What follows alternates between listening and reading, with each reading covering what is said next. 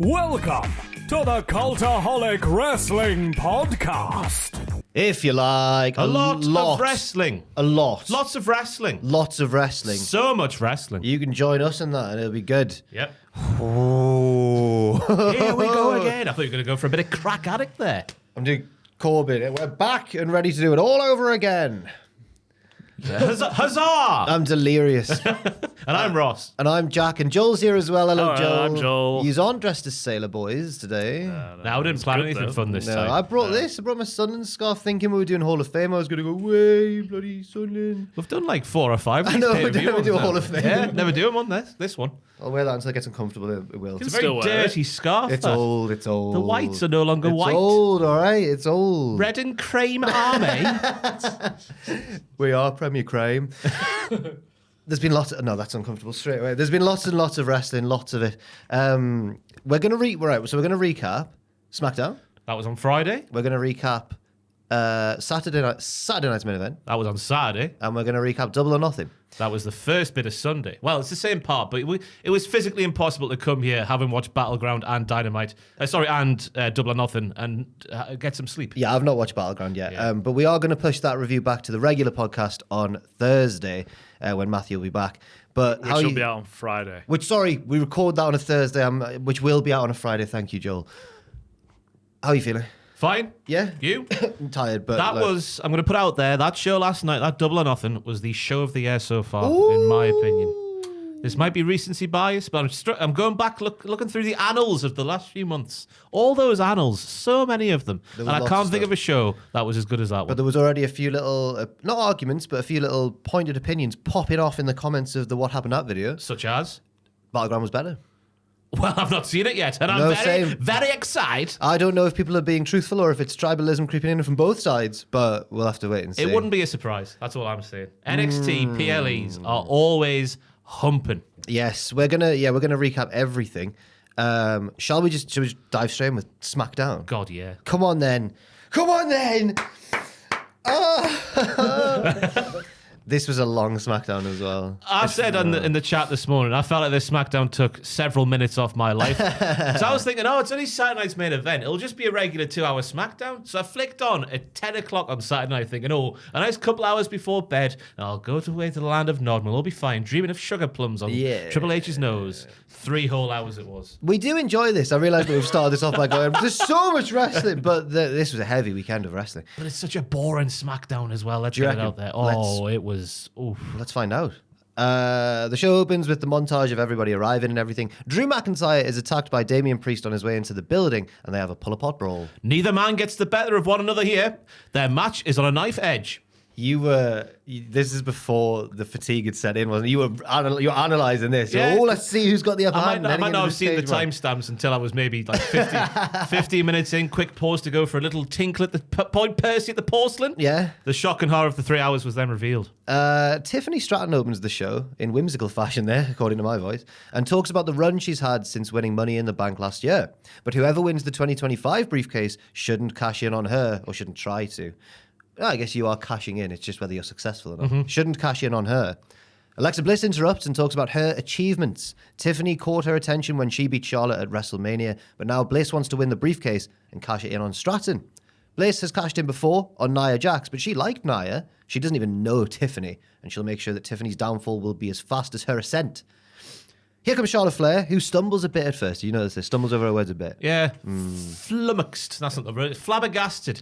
Flubberdubberdubbered by the booze, I think, once again. Flustered? Flustered. That's the right word. But she got it back on track. Talks about how great she is as well. If she has to win Money in the Bank to get her spotlight back, so be it.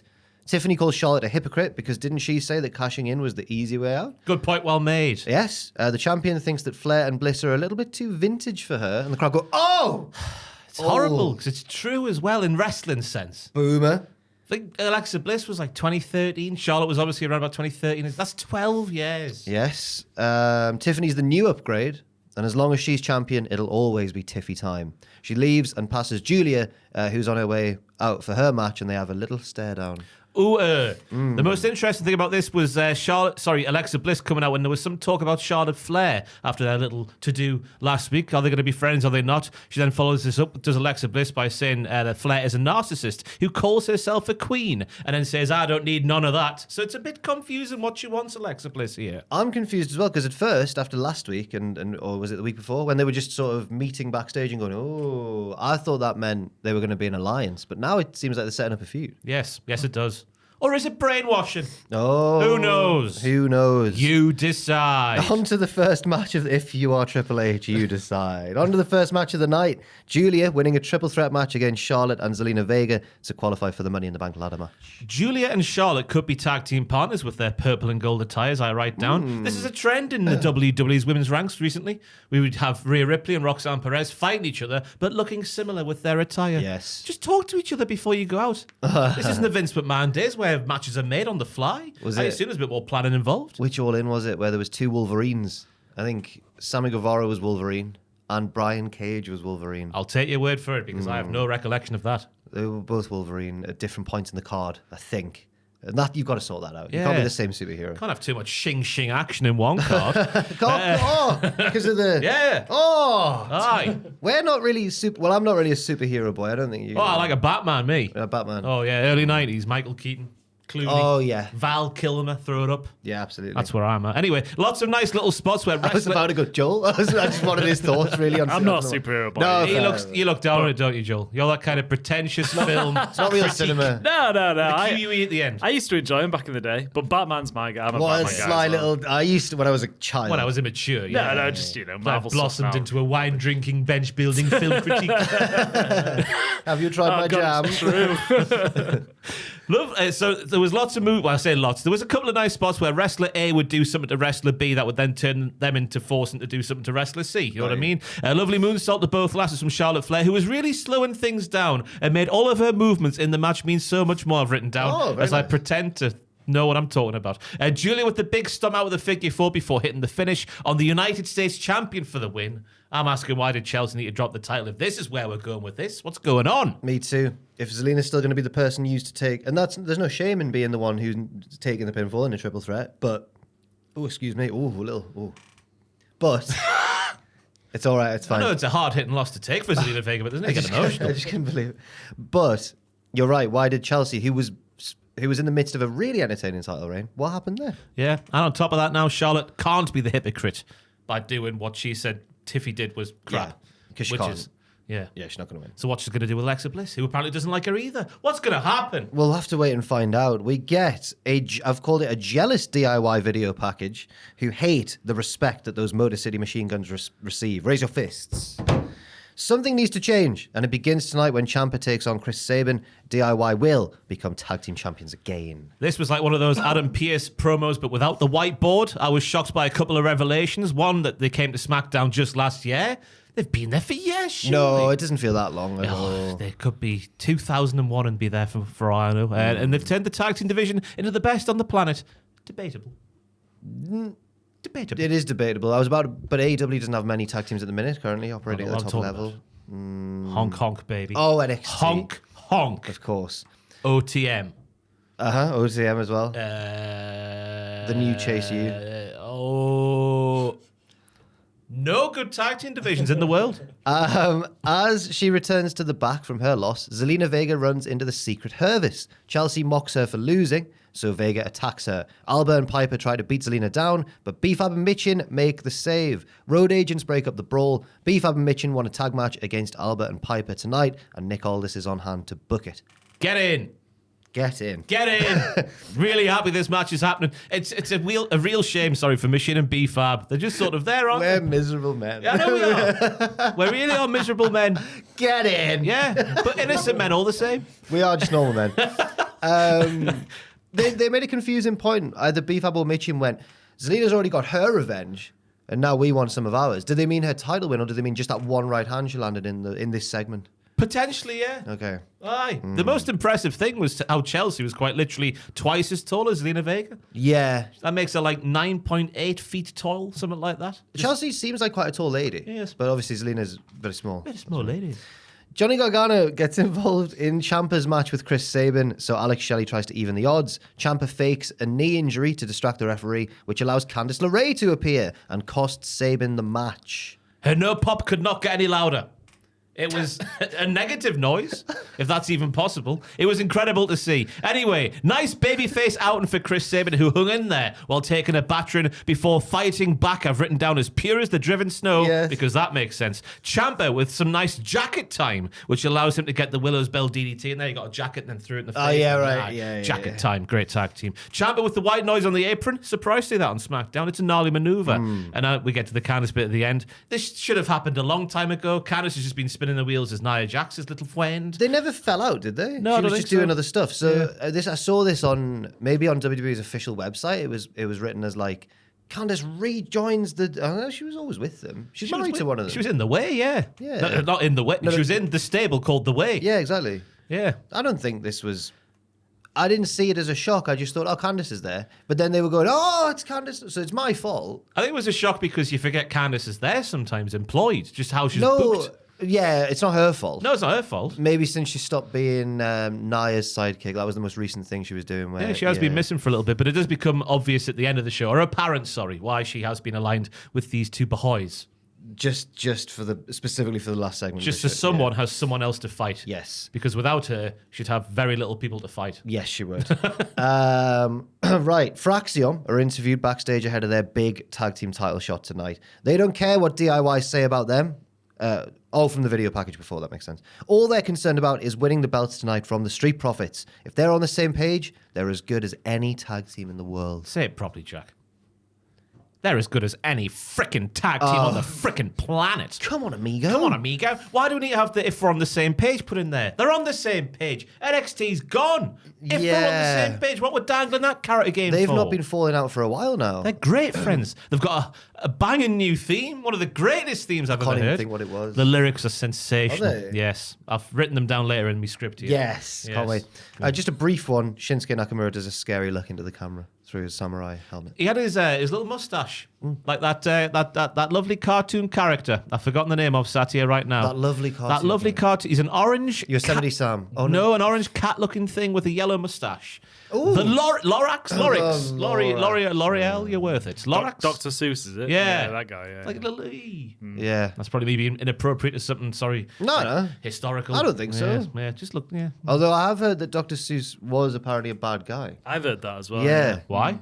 I don't know. I think he had know. bad opinions. I've heard Roald Dahl is as well. Yeah, I heard about Roald Dahl, which broke my heart. Yeah. God, everyone's just bad, He did like the misfortune of children, though. Did Roald Dahl? Did it? He Well, did, yeah, in he all did of his books. Yeah, he really did. But What's they he came famed good for, in though? the end. Yeah. What? What's he famed for, Roald Dahl? The bad bit. Not sure. I don't want to say. Oh. He just doesn't like a certain group of people, I think. Oh, I won't say which group. okay. After a long John Cena video package, Damian Priest and Drew McIntyre brawl into the arena. They have a pull-apart brawl. Priest grabs the mic and says he'll beat Drew tomorrow, but tonight he wants his pound of flesh. They brawl a bit more and are held apart. I've got nothing to add. No, Jack. just to it hype was a the- brawl down the ramp. We're just hyping up the tension before their match that will end in the ring, according to Jesse Ventura. It will Did he not say end that? anywhere else? Oh, yeah, he went on a bit of a rant after. Anyway, yeah. He starts the show by going, "This will end in the ring." Bah, bah, bah, bah, bah. Then the finish happens. Has he then not he goes seen off. the call sheet? Does he not know? He was there in the 70s when these kind of finishes were happening as well. Through the door as well? Yeah. Specifically through the door? Bruno, as Matthew would call him, Bruno Samaritano had a big one. Did he? And yeah, I think Jesse might have been on the same Have card. you been, where's the new historian? What's going on? Ah, no cage match. Very well. At the back of my hand. The back of my hand. Solo Sikoa tries to hype Jacob Fatu and JC Mateo up ahead of their first tag match together. Jacob wants a private word, but Solo says anything you can say just to me, you can say in front of JC as well, who's part of the family. Jacob says he doesn't trust or like JC. He isn't his blood, and he isn't his family, and he's not his fellow DJ. Have you made that joke as well? No. I thought you were reading it. Fellow as DJ? What's it's that? Kevin and Perry. Oh, you are not my yes. fellow DJ. Jam sandwich, Mrs. Patterson? Patson. Is Patterson? I was thinking about my supply teacher from school. I got flashbacks. The one that got bullied for her surname. Was she called Miss Patterson? No, Napton. But we would always say, "Yes, Miss Napton." And she got really annoyed and had a Yeah. meltdown one day. Oh. It was a really bad day. Being I a- wasn't at the forefront. I was just the sort of the Muttley on the side. Oh, yeah. Yeah. Honestly, in hindsight, not all of them, but shout out to a lot of the teachers. Especially the supply teachers. Oh, the no respect. Yeah. No respect. It's not a job I could do at all. This makes JC angry that Jacob said he's not his fellow DJ. But Solo calms him down. He needs them to be on the same page tonight if they want to get Jimmy Uso back in the fold. Now, before we finish the segment, has that been a long-term plan? Have they been mentioning this for a while? So this is actually sort of April, May 2024. Oh, no. We're not in May 2025. Solo's still in like April 2024. I thought you meant that they've been doing that and I've just not paid attention for a year. It's been a dramatic sort of shift back to like just after WrestleMania. This confused me massively. They suddenly want Jimmy back in the fold. Solo tries to do the Yaramin catchphrase, but Jacob says, you're not even doing it right. And then he does it. And then that's the end of the segment. It is, aye. So we've got another tag team in WWE who aren't getting along, but are still a tag team. It's like unusual now for a tag team to just be all right. Yeah. It's weird. Yeah. It was a weird time. It is a weird time. But there's nothing much else to say about that segment. Backstage, Charlotte overhears Bliss talking about the value of friendship. She thinks Bliss is talking to her, but it's actually... Now, is this Lily? There was 2 dolls. It was this Lily, a reconstructed Lily doll. It's one of her dolls. She's talking to one of her dolls. What's the other one called? Do you remember when Lily... Maybe it was even Charlotte who ripped up Lily. Someone ruined Lily, and then she got a new doll in. I can't remember. Lolly. Yes. Viva la Radio. What a tune. Anyone who's not heard it... The key change is one of the good... Outside of Westlife, it's probably the greatest key change in music history. Ross used to play that in the old Blazers office on the speakers every day. Every day. It never got old. It's not a jarring song. No one's ever spoken to me since I left that job. We still work there. I don't know why. Bliss says she'll see Charlotte at Money in the Bank. Oh, wait, no, you won't, because you didn't even qualify. Yeah, I mean. Yeah, I mean, indeed. Friends are important because nobody lifts you up when it goes wrong if you haven't got a friend. That's interesting for Charlotte Flair to hear, of course. So it looks like Alexa Bliss still wants to be a friend after saying, she's a queen and I want none of that earlier on. This is brainwashing. It's manipulation. It's an abusive relationship. Yeah, I'm worried about Charlotte now. I'm nervous about that Bliss. She's not very nice. No. Mission and B-Fab win their tag match against the Secret Hervis after Zelina Vega prevents Chelsea Green from distracting the referee. Hervis were on top until they were not. I've written down in my notes. The match ends suddenly with the Fabulost neckbreaker. Put the name in the Hall of Fame. Be fab, be fabulous. Fabulost neckbreaker for the win. It's not bad. It's unbelievable. Oh. Joel, how is your very mature sense of humour and film critique Kavorka reacting to this name? I think it's brilliant. It's brilliant. It's brilliant. Not below you? No, it's good. Brilliant. It's good stuff. There you go. That's a seal of approval we all need. The Hervis loses, and Zelina is out there posing at Chelsea. So it looks like we are. It turns out because it gets added to the card at the very last minute for Saturday night's main event. Because people sort of went, "Where's the ladies' matches, Triple H? You sexist pig." Yeah, you got one in. I've not really got anything more to add to the match. It was fine. It ended suddenly. Yeah. Byron interviews the Street Profits. Fraxion may have beaten them last time, but tonight's match isn't a friendly exhibition. We'll see if the moment is too big for the challengers. And then right at the end, they're interrupted by Solo and his lads who walk menacingly past on their way to the ring. And this just made me not believe in Fraxion. Because I was thinking they might get the job done, get the big win. They've been on a tear recently, but then obviously the Samoans are here at the end. They've just ruined the next feud for the Street Profits, I was thinking at this point. I ruined this match for myself because I was excited for it, and then I saw the news that the group who we'll talk about later were there in attendance. I thought, and if that's the main event, it'll probably not have an ending. But, I still enjoyed the match. We'll get to it. It's time to see why have I written it like that? It's time to see what happened at Legado del Fantasma's meeting. Santos Escobar wants them to all get back on the same page again. Berto is skeptical. Escobar reveals that they've got a 6-man tag match at Worlds Collide. Santos asks Berto to trust his vision, but he just leaves. He necks his wine and leaves. Angel asks, should I go after him? And Escobar says, no, he'll understand soon enough. A match graphic reveals their opponents are El Hijo de Dr. Wagner Jr. Matthew's going to have a bad time with that one. What, just saying the name? All right. Not that he hates him. El Hijo del Dr. Wagner Jr. hates Botchamania. Psycho Clown and Pagano as well. I imagine there's lots of people going radio rental about this one. I don't know if there is. Is there not? There's lots of people going radio rental about Chad Gable's match. Is there? Oh, yes. Who's he got? Vikingo. That'll be good. Ooh, Yeah. Ooh, I'm sure this one will be good as well. We need to... I mean, I know I've heard of all of them certainly, and I've probably watched a match with all of them in. Yeah. But I need to know more about them in a WWE context. I need to know the characters. What's going on. Yeah. Yeah. Do you reckon they'll change them? I don't know. What is in the Vikingo names? looked like Vikingo when he appeared on screen over the weekend. You can't change Psycho Clown. He's a Psycho Clown. That would ruin him a bit if you changed him.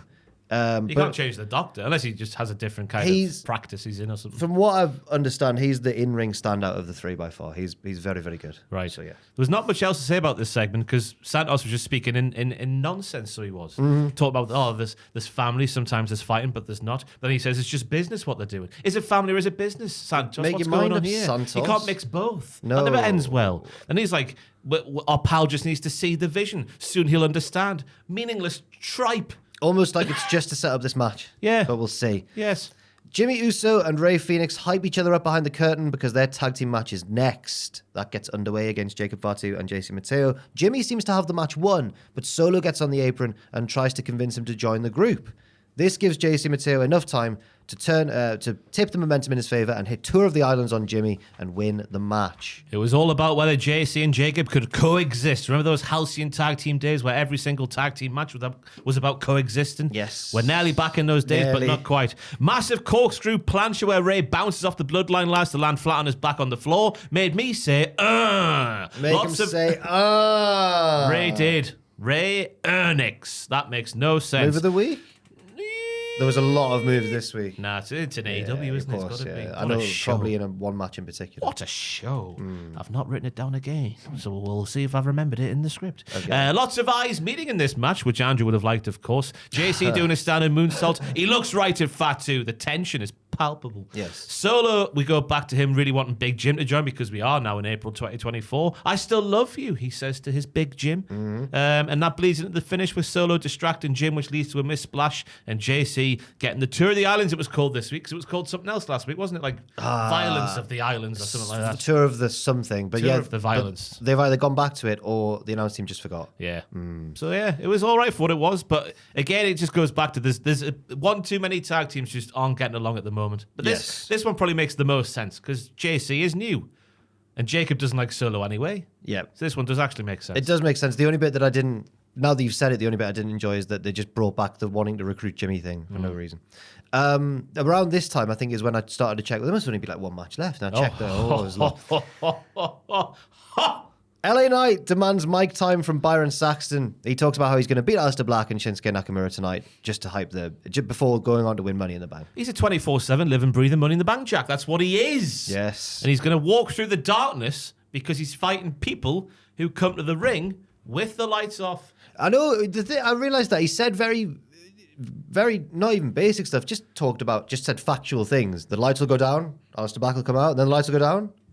But he says it he's so captivating. He says it in an entertaining way. He was given clearly just an instruction. You've got like 90 seconds to fill. You've got to fill at least 88 seconds of those 90 seconds, and you better do it well. I mean, the original LA Knight, Dwayne "The Rock" Johnson, could take notes from this. He really could, especially today.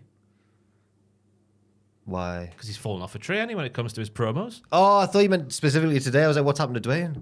And then I thought you said he's fallen off a tree. And I thought, The Rock's fallen out of a tree. I mean, if you want to check Dave Meltzer's sources, Johnny, yeah, imagine if he has. Even though I hoped in my head he was all right, all I could think was how funny a gif would be of The Rock falling out of a tree. It'd be quite bad. He's such a big man. Big and stiff. Yeah. Yeah. I mean, that's one hell of a branch to hold him up, isn't it, to begin with? I was just imagining The Rock falling out of a tree. Oh, that'd be good. Toplet. Oh! Oh, fantastic. That's given me a right boost as we Have you approach. ever seen those videos of panda bears falling? Like when they're in the... there's a compilation online somewhere. It's on my Instagram, funny enough. And it's, just they're falling through like the bridges that they make in the enclosures and that, like a table and wrestling. But they get back up. They're fine. Yeah. I think they're built for destruction of the old panda bear. Don't they fall a bit like toddlers learning to walk? Yeah. Like, yeah. Good. Dwayne wouldn't do that, though. No. Dwayne would break his neck and die. It would be awful. It would be so bad. R-Truth comes out for a promo. He doesn't recognize John Cena anymore. He's not the same man Truth once called his childhood hero. Truth knows what the problem is. The problem is power. The more power Cena got, the more strained their friendship became. Truth blamed himself But then he realized that other people felt the same way too, and that Cena had isolated himself with power. He compares Cena to that goblin fella from Lord of the Rings, corrupted by power, calling the belt his precious. Truth doesn't think Cena's happy, despite being the greatest of all time, and Truth's going to try and bring him back to his old self. Cena wants to ruin wrestling, so Truth's going to try and save it. He'll beat the hustle, loyalty, and respect right back into Cena's ass. Truth misses his hero. He can't deny it. But on Saturday, if Cena wins, we riot. Little rhyme to end the thing. Little rhyme to end. Yes. Yeah, he was nearly losing the crowd, I felt, halfway through. But then he says the line about wanting to beat the ever-living HLR. Not the HLA, the HLR, right back into Cena's ass. And he got the crowd back on side. He misses his hero. A nice little promo in the end from Ron Cena. Yes. As his merch said on Saturday, yes. Very nice. I've got nothing. I agree. We get a 3-way video package in which Jade Cargill, Nia Jax, and Naomi all claim that they're going to win their Money in the Bank qualifier next week. That's just a pretty... They all sound really strong and tough. Good. I think it'll be a good match. It should be. They've worked well enough together recently, the three lasses have. Yeah. The next Money in the Bank qualifier match is Aleister Black, Shinsuke Nakamura, and LA Knight. Aleister hits Shinsuke with Black Mass, but LA Knight steals the pinfall to win the triple threat and qualify for Money in the Bank.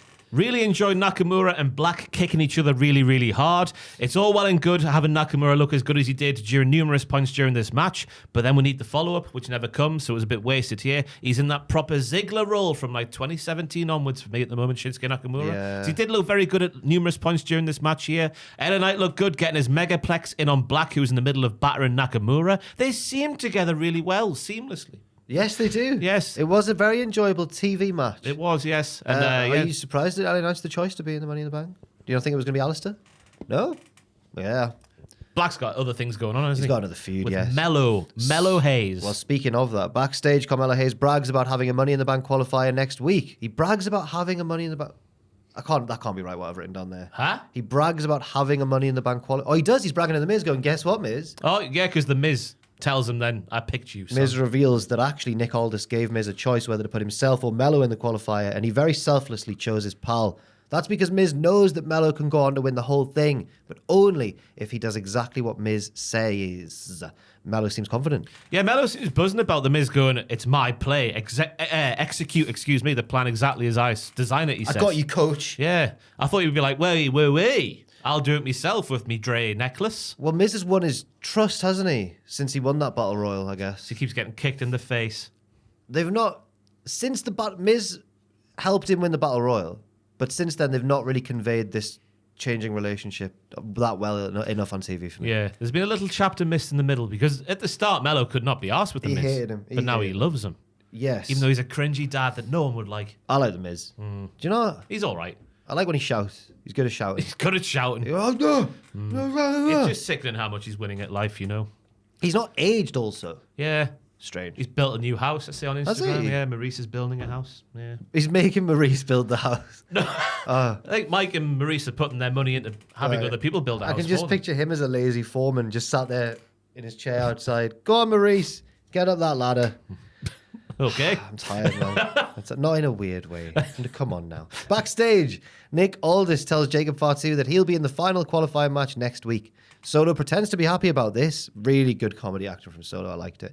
But Jacob says, I love you, Solo, but it's menacing. And he walks off, and then JC's like, you all right? And he's like, yeah. Yeah. He hasn't said it in 6 months. But now he's got a chance to batter him. I'll tell you what it is with the comedy acting from Solo. It's Woody from Toy Story. When Woody's been all cocky and he dislocates his neck and he's like... When Woody... I can't quite do it. When Woody's been all cocky and he sort of dislocates his own neck and his head's all wobbly, Solo does that very well indeed. Fair. And that's the very core of his comedic acting for me. I think he's good. It's so good that that I can't believe they had him. Well, I can because he looked menacing, but I can't believe he was like the silent henchman in the Bloodline. Yeah, I think they thought he was something he was not. But he's actually this. He's actually a chilled out, laid back, just super cool dude. Yeah. What am I saying here? No, he's refreshingly laid back for a man with such responsibility. We get a Bianca Belair video package. The past 6 months have been the most challenging of her career. Then I've put quite a nasty sentence. The most generic music imaginable plays. Oh, I can't remember the music. Oh, the music in this segment was hilarious. Did it have words like Jordan Grace's, Yeah. I am a lady superhero? Yeah, and they just explained what she was saying. So she was like, these past 6 months have been like, gotta get back up, or something like that. I don't know. Deaf Rebel are scandalous. I'm so strong. Sometimes Bianca wants to give up, but she's still standing, and her best is yet to come. Yeah, the one consistent thing is life has changed, but no. It's me and change, and I will win. Yes, she said that. Yeah, the most consistent is change and Bianca Belair. Yeah, Wow. and the best is yet to come. It was a very generic promo. It was. Yeah. It's an felt interesting, because the stuff about being uncomfortable and difficult makes sense in terms of, Jade Cargill being felled, but also she was getting lots of booze. Yes, she has as well. I wonder if it was a reference to that. This felt very Borashian. Borashian? Like, when Borash used to do those NXT segments and now he's on the main roster. I love wrestling because I'm also a cheerleader, and cheerleaders have to get to the top of the pyramid, and also wrestlers do too. What was that? Oh, Trying to remember what I faced. was it Carly. Dunn? Carly. not Carly Rae Jepsen. No, I know what you mean. Yeah, Carly Bright. Carly Bright.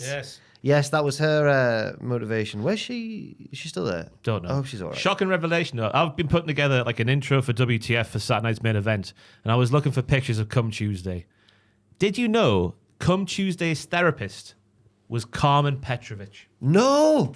I could not believe my eyes. Of course, Michael's cast her in that role. He fancies her. I know. I just could not the one believe where Von was like, Yeah, where he's like, he looks back through the door and... No. Unbelievable. My jaw hit the floor. Wow. Carmen Petrovich, shing action in the therapy room. We need to we need to tell Matthew this. I'm sure he will not care a jolt. No, he might. You can never tell with him. You might. No way. Really? You might do that. Hell yeah. No, that'll be it. I sent him another thing that he might enjoy this week on Messenger. You didn't get a hell yeah, did you? I got a ha ha ha. I got a full-on hell yeah, which he said on the podcast. He only replies when he can't be asked to talk back to you. And then he didn't kick off. He was just like, no, I reply. He doth protested too much. Aye. Bastard. Yeah, I got a ha ha ha. And I think it was something that was really, it was like something, a meme I saw, something I was like, Matthew will love this. Ha ha ha. Just a terrible guy, really, behind the scenes. The dark side of Matthew. DIY tried to interfere in the main event tag title match between the Street Profits and Fraxium, but the masseuse machine guns cut them off. The Motor City Machine Guns cut them off, of course. The Street Profits look like they've got the match won, but the lights go down as Ford sets up for the frog splash. Oh, no. It's a dangerous game, double-sided printing, like. And the Wyatt Six appear in the ring and beat everybody down. Obviously, with Candice there, Nikki Cross has got someone to beat up, as we alluded to. That's the reason. Yes. Uncle Howdy hits Sister Abigail on Johnny Gargano, and they all stand tall to end the show. I think they had a birthday cake because it was Bray's birthday. On May the 23rd it was, yes. But before we talk about the match, Ross, I'd love to know what the theme is. I can't remember the tune, but the lyrics are, smash it up, cracking them, body counts always stacking up, racking them to the maximum. Say it out loud, we're Fraxium. Oh, hang on. We don't He's break, turned it we round. don't fake, we fight as one, blah, blah, blah, blah. I can't remember the tune. It's not music.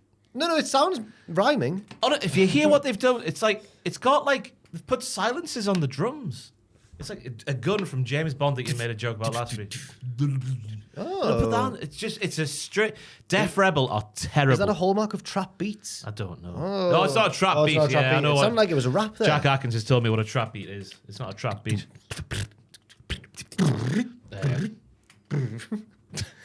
We're old men. Yep. Now. I've been getting new music. I was asking Joel, and not even Joel's heard of my new beats. Who's that? Just waiting for Spotify to load up. Drug Church. Oh my word! Bit of Drug Church. Bit of MS Paint. Have you heard before? I've heard of the thing on your computer. Yeah, I thought that as well. They've called themselves that because that's retro now, isn't it? Yeah. That's like us calling a band Horse and Wagon. That's terrible. No, we're 32 years of age. Yeah. That's like us calling it Ford Cortina or something like. No, that's even older than us. Oh, floppy Fred disk. and Rose. That's 94. How old are you, Joel? I'm 96. Was born in 96, sorry. I'm not 96 years old. Wow. But Joel's not even heard of Drug Church, or how about a bit of Higher Power there, Joel? What? Is that a band? Yeah. No, never heard of them. Aye. What kind of music's Drug Church? A little bit, not heavy, but heavier. Okay. Yes, the lighter side of a Turnstile. I was saying to Joel earlier. Another modern Oh, band. like Turnstile. Okay, Yes. right. Wow. Yes. This sounds scary. Putting new playlist songs. I've run out of songs. Right. Yeah, and that's the new songs. The songs never run out, which is lucky.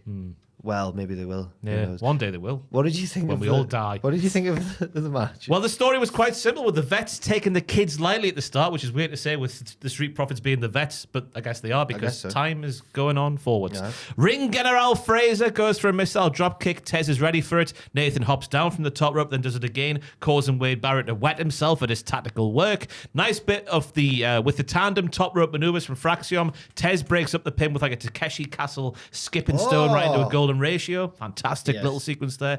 DIY and MCMG are out here to remind us there is a tag team division or something.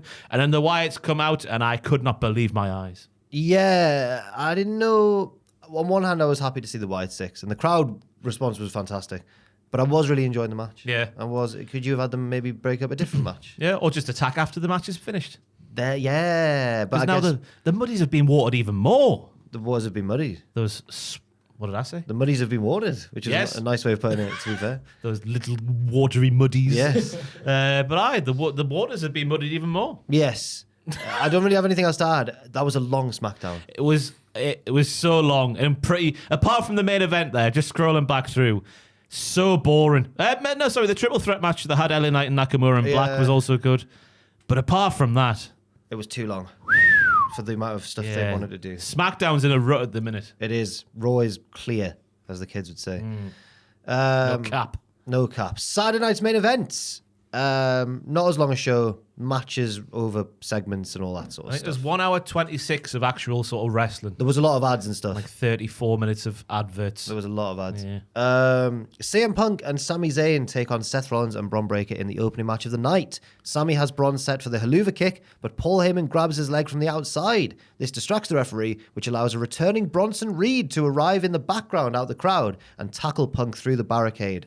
Back in the ring, Breakker spears Zayn and pins him for the win. There's a moment of brief tension between Bron and Bronson, but Seth encourages them to be friends. Or were they just pretending it was the plan all along? I don't know. I think it was the plan all along. Yeah. The heels all celebrate. Punk has to make it all about himself. Tries to crawl back in and grab Heyman, but Seth and Breakker hold him down, and Bronson hits the tsunami. Yeah, I thought Heyman broke his leg the way he was moving because Heyman was sort of in there, obviously with the leg held, and then Bronson just came down with the senton before the tsunami. I mean. Yes.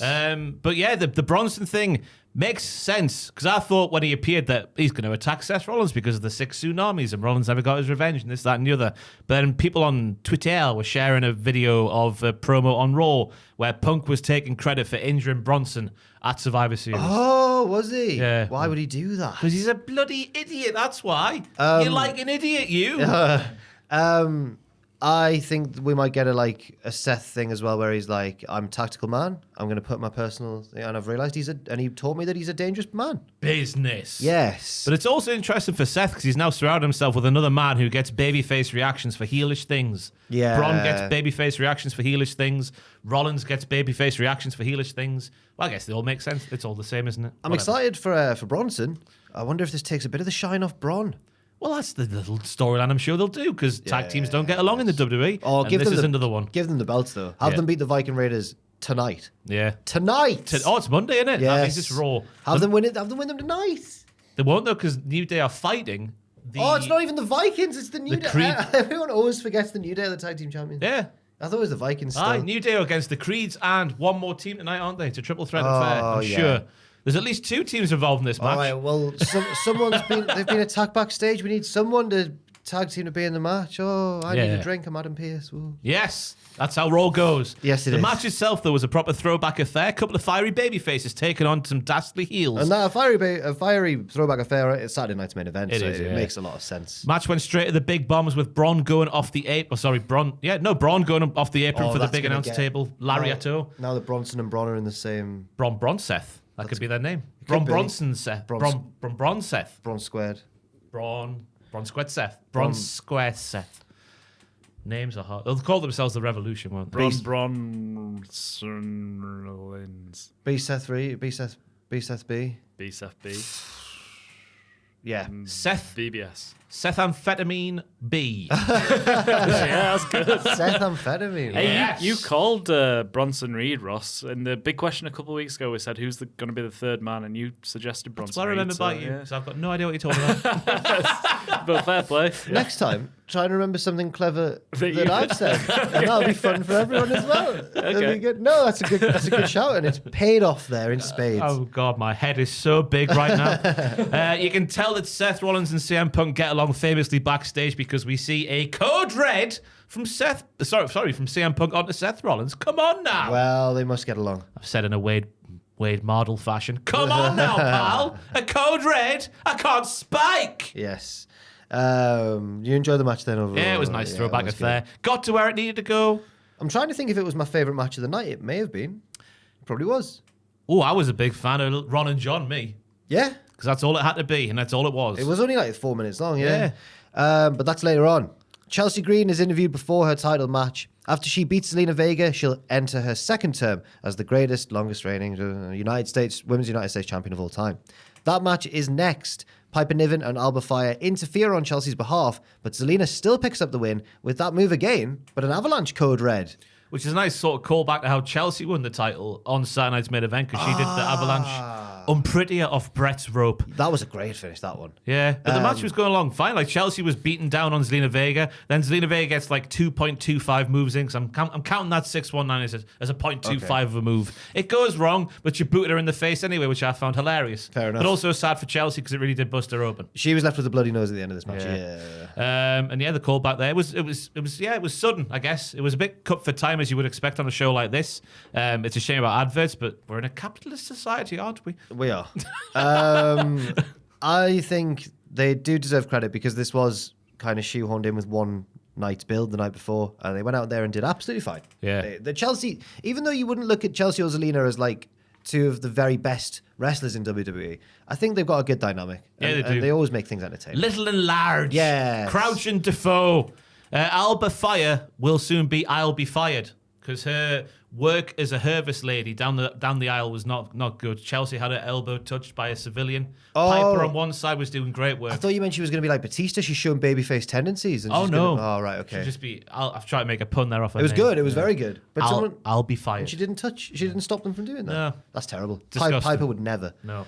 R-Truth arrives dressed as John Cena for his non-title match against the champion. He's got Cena's music. He's doing the mannerisms. He's got, what was it, Ron Cena, as you said, on his shirt as well. It's a great entrance, to be fair. It's everything it should have been. He's trying to show his hero the error of his ways and what he used to be. And the joy he used to bring. And Cena's face, as he watches this entrance, it was so specific. You know when the teachers told the class to be quiet twice? And someone still kept talking. So he doesn't interrupt them this time. He just lets the naughty lad at the back door. And it's, yeah. Just that was what John was just watching him until he realised, yes. That was very good. I was a bit scared there. I've never thought about that tactic for a while now. That teacher tactic? Yeah. Oh. Just letting the kids realise that they're doing wrong. And one by one, people will stop talking and you just have one lad left talking. Yeah. I bet they felt like a turkey. No, they're now in jail. An unamused John Cena attacks before the bell. The match gets underway, but Truth hits the 5 moves of doom, all 5 of them, but Cena kicks out. He goes to use the title belt on Truth, but he reconsiders and hands it to the ref, who turns away, and Cena low blows Truth and pins him with the AA. Cena lays Truth out with the belt and walks off. Well, I was saying this was my favourite match of the night, but I lied because I forgot about the finish. Oh, I thought it was all right. It was what it had to be, but Yeah. I said this last month. It feels like the Cena stuff ruining wrestling. It just feels like an excuse for really lazy, unimaginative booking at the moment. Possibly. That was not a sentence from me. Lazy, unimaginative booking at the moment. Quite possibly. And also, I think that it doesn't line up with... They're really pushing the whole ruining wrestling thing. Cena was saying, you all chant to me, you can't wrestle, when people hadn't done that for ages. And he's like, I'm going to ruin wrestling. The fans... what the fans want from this storyline and what WWE are doing doesn't quite... There's a disconnect, definitely. Yeah, and I can't accept that it can't be done better. Yeah. If the Doctor of Thugonomics was just saying these lines to fools up and down the card in a very heelish manner. It'd be so much better than what we're getting in a minute. But again, we're falling back on the ruining wrestling as lazy, unimaginative stuff. But the match before that was everything it had to be. Cena does a beatdown. Truth makes the big comeback. The 5 moves of doom. A near fall. I was thinking in the first half of like the finishing spot that Cena might be doing the slow face turn because he sort of hesitates with the belt shot. But then ultimately that just is it's used to set up a dick kick. So it's not. He's not doing a slow turn yet, but I think he will do soon. Oh, do you? Yeah, he's got to. Before the end of the year. Not going to retire a heel, is he? I feel like the only way he can turn... No, he could turn face in any way, but I feel like the big payoff would be him beating up The Rock, but The Rock's not going to let that happen. No. And The Rock's busy now, isn't he? Got a film, has he, Joe? All right. Was it last week? Yeah. Yes, can't remember what it is. Me neither.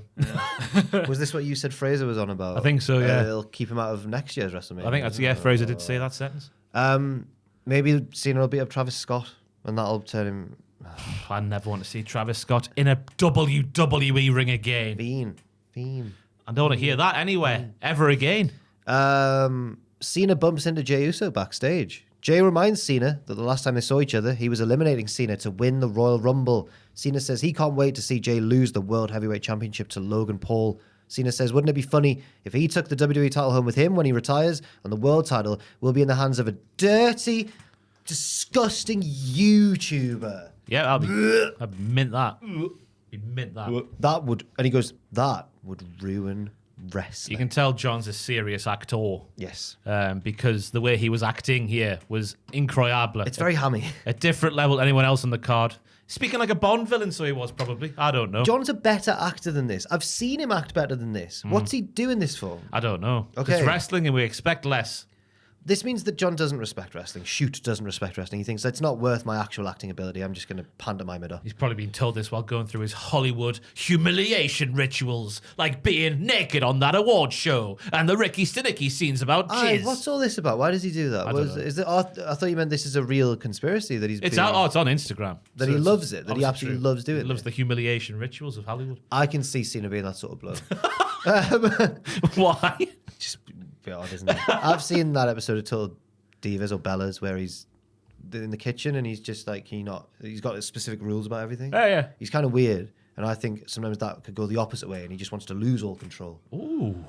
I think I've analysed this too much. No, I that's think it might good. have That's done, good yeah. stuff. Yeah. That's good stuff, is it? How are you going to psychoanalyze John Cena there, Joel? Do you think he's a dirty pervert behind the scenes? Oh yeah, 100%. Yeah. He blatantly is a pervert, and we can all tell that he got naked in Trainwreck as well, didn't he? I think. So he just The what? Amy He just does Schumer it all the film. time. Well, not properly naked. Do you think but, it's just that casting directors, or sorry, just directors? I think are he's like, a big Muslim. Yeah, man. it's Get getting his his top clothes off. Yeah, probably. But he's up for it. He is very up for it. He loves it. More I than would be if I looked like John Cena. Yeah, to be fair, I'd always walk around with my top off if I looked like that. Oh, I passed one on Warwick Street the other day. Big musty his top off? No vest on. Cold. It was quite cold the other day. It was windy. Walked past him. He was on his way to the gym blatantly. I was just like, oh, Just shivering. put them away, man. Well, us big muscle boys, we run hot all the time, so I can empathise. We run all We do, yeah. non-stop. Just got this heart pumping just to the extra mass, you know? Yeah. Got to work hard. He was one of those lads who was... I am jealous, obviously, but he was one of those lads who was walking up... I was like, you don't need to have your arms that wide. I know you could do that if you wanted to, but... Because on Warwick Street, the cars park quite close, then you've got to squeeze past people. That's not fair. He wasn't giving me much. He wasn't giving me much room. Did I say anything? No, I didn't. You should have shoulder barged him. Come on! No. Damian Priest beats Drew McIntyre in their steel cage match, avoiding the spot that decided their WrestleMania match, the Claymore, into the corner with the chair, and then hitting a concerto and exiting very slowly through the door. Jesse Ventura was fantastic here. We go all the way back to the ring announcements at the start. He's just talking all over the top of them, just so you can tell Pat that he is the second commentator to climb into a ring and then go back to the commentary booth. Jesse also didn't know that Michael Cole beat Jerry Lawler at WrestleMania. Who did you beat at WrestleMania? He's saying to Michael Cole. And Jesse didn't understand why Drew would take a cage match because he's very pretty. He can become ugly at the end of a cage match before Michael Cole, who was clearly sick of Jesse, just goes, Drew's 3-0 in cage matches, Jesse. Shut up. And at the end... I missed that. That's very good. Obviously, the ending is a little bit... Is that a big spider? It is. Yeah, it is. Yeah, That hell. is a big boy. It's quite a lot of spiders. Might be a in this daddy office. longlegs, you know? Yes, I think He's you got might a be little right. body. Should I go and get him? If you want, I don't mind. Oh. I'm brave. I can do it with the spider. Then. I don't mind it being here. I know we're all... No, I'm fine. I'll carry on the podcast. I We've remember got a little muscles. green fly from the pictures video. Oh, God, yeah, you did.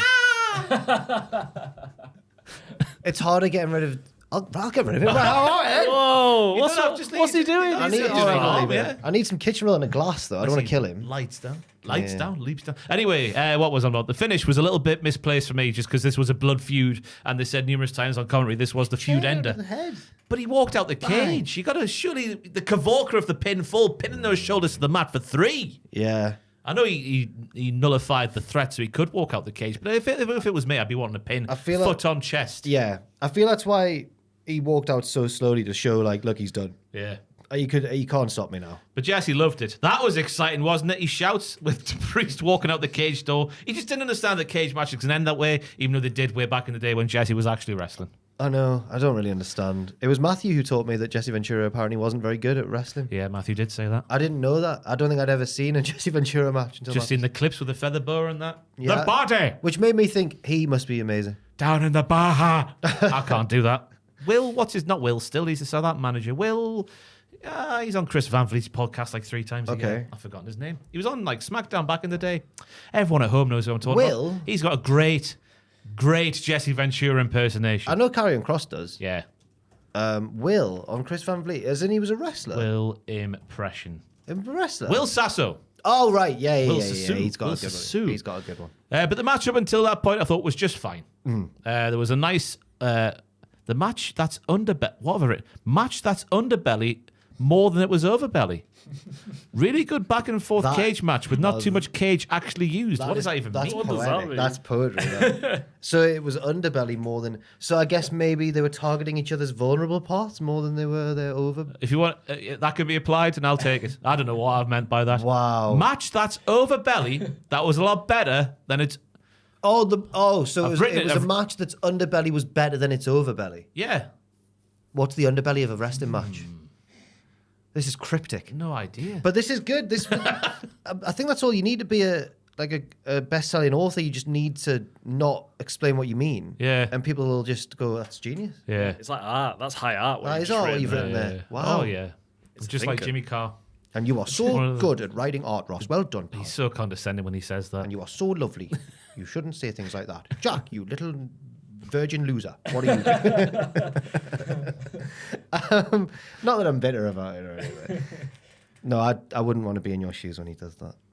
No, you shouldn't say that about yourself, pal. I don't know what to do when he has a little... Because he does. He knows what he's doing with you. It's a fish on. It's a Jeremy Wade situation. I get fished. I take the bait all the time. That's a fish on. He does do it on purpose, and I should learn. Jey Uso has Logan Paul... Matthew's our shoot friend. I feel bad now. Jey Uso has Logan Paul beat in the main event title match, but Cena arrives and pulls the referee out of the ring. Now at this point, did you think Logan's going to win? Yeah. Good. Because the promo earlier on where John said as much. Good. Then they've achieved they're good. Yeah. He beats Jey down, but Cody Rhodes returns to make the save. He hits Cena with the crossroads. Cena takes it a little bit weird. Logan measures Cody with a set of brass knuckles, but Jey saves the day with a spear. Jey gets the win to retain the title, and Cody challenges Cena and Logan to a tag team match against himself and Jey at Money in the Bank. I don't answer a question that's in the mailbag, a pay-per-view specific mailbag this week, but this is one of John Cena's dates that's coming up here, a tag team match of this ilk. As in yours is not good enough? Yeah, what's going on? Well... Would it set up? I'm assuming. Excuse me. Would this set up a champion versus champion match against Jey? Not with titles on the line, but after their little confrontation backstage. Oh, I'm going to sneeze. Elephant? No, just carry on with your elephant. It's coming. It's coming. Repeat the word elephant. Excuse me. What a shame. It's a disaster. But maybe Cody gets a rematch at SummerSlam. It's a 2-nighter, of course. Yeah. His old SummerSlam. Oh, it is. Is that too soon? Because I thought Cody was going to be the man to do it. Yeah. Also, it's not going to be Punk then. No, it should have been. Who is one of the only men who can get a really good match still out of Cena from what we saw in the Elimination Chamber. Yeah. Because their bit was unbelievable. Yeah. But they'll have to book a referee down spot, which they've done again here. I'm waiting for a match where we have a title-ish match that doesn't have bells and whistles. They're a rare breed these days, let me tell you. That's what the World Heavyweight title's for now, I suppose. Yeah. But the match itself was fine, more than fine. Lovely big Samoan drop from Dre Uso. Dr. Dre Uso. Oh, no, wait. This was for the World Heavyweight title. What am I talking about? And it did have a ref down. Yeah, sorry. Yeah. All of them do. All of Cena's especially. Yeah, but that was on Logan Paul, the big one. Jay reversing the buckshot. Oh, you know what I mean. Yeah, The what's it called when it's just the Muggle version, not the Hangman version? What, just a lariat? Yeah, just an over-the-rope lariat. Oh, so still with the... Yeah. Because the buckshot is Hangman's move. I think it's one of those moves that if it wasn't for the AEW WWE rivalry, would just have become the buckshot. Known as that. Like the sling blade, I'm sure was like a New Japan thing or something until Finn Balor came around. Yeah, something like that. And then now Michael Cole loves it. When Vince was in charge, it was one of the only moves Cole was still allowed to call for some reason. Yeah. Sling blade. He always had to call a Michinoku driver wrong. That wasn't the one back in the day. When it wasn't a Michinoku driver. Yeah, he just always called Michinoku when it was a Blue driver. Thunderbomb or something. Yeah. Cena did come out to ruin wrestling again as he put his hands on the ref, who did a fantastic bump. He got pulled out the ring by the leg and sold it for half an hour. Yeah, like a gunshot. He didn't. I watched it back to see if he landed in a way that would imply that he'd be. No, he just kind of. Just to let the lads get their stuff done. He was out for long enough to miss. To be late on a pinfall attempt, but not for the rest of the match. Back to referees being made of paper. That's what wrestling's all about.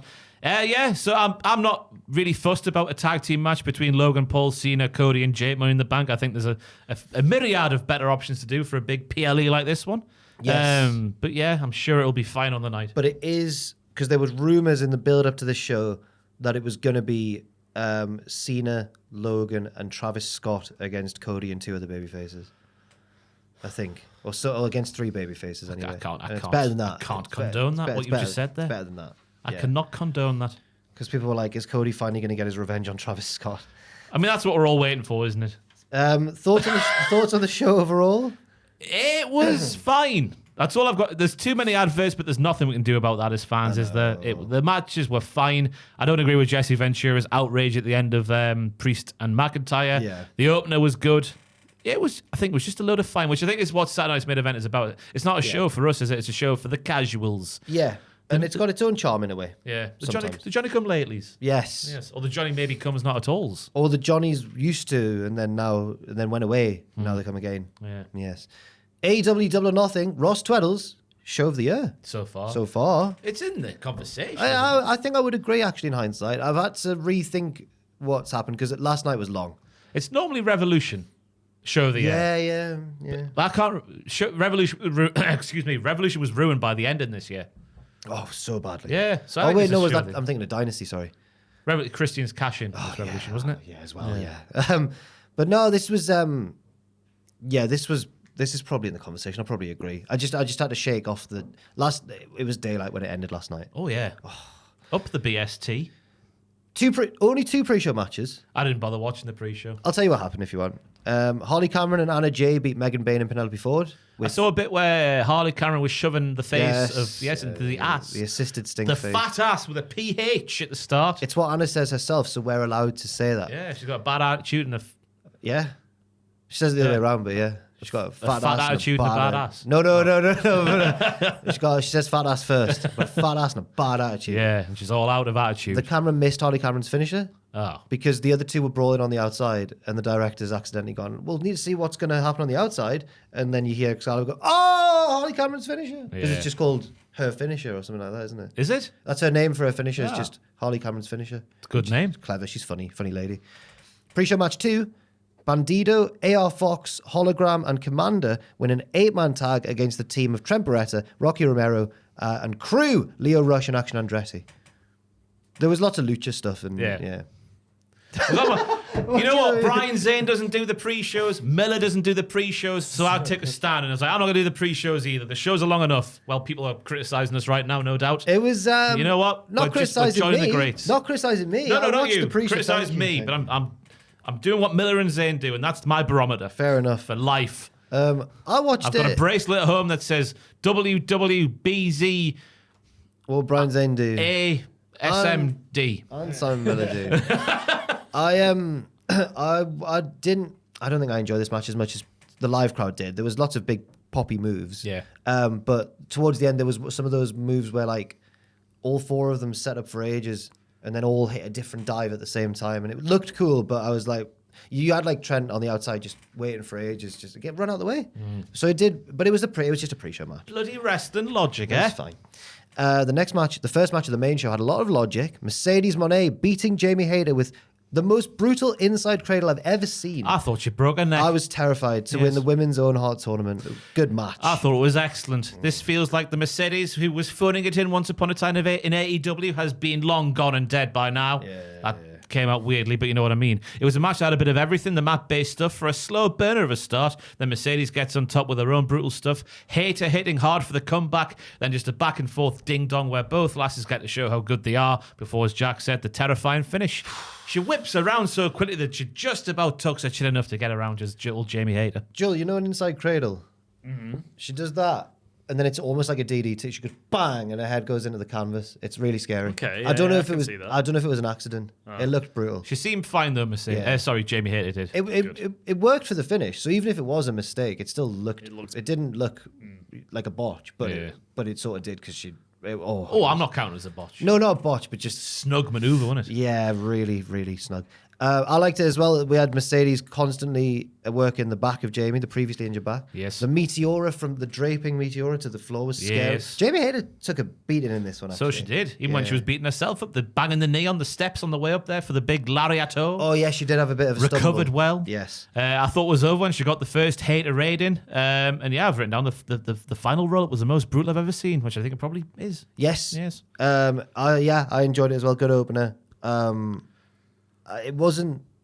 It was a bit for a Mercedes match. Actually, it was a bit more of a Jamie hit. It was a bit more gritty, and hard hitting. Big bangs everywhere. Yes, like I thought she had it done as well, where she has the Haterade, then the tombstone.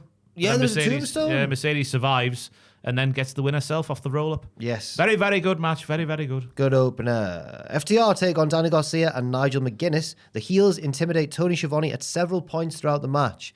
Garcia ends up isolated when Nigel is hit with a shatter machine on the outside. Dax locks in a sharpshooter.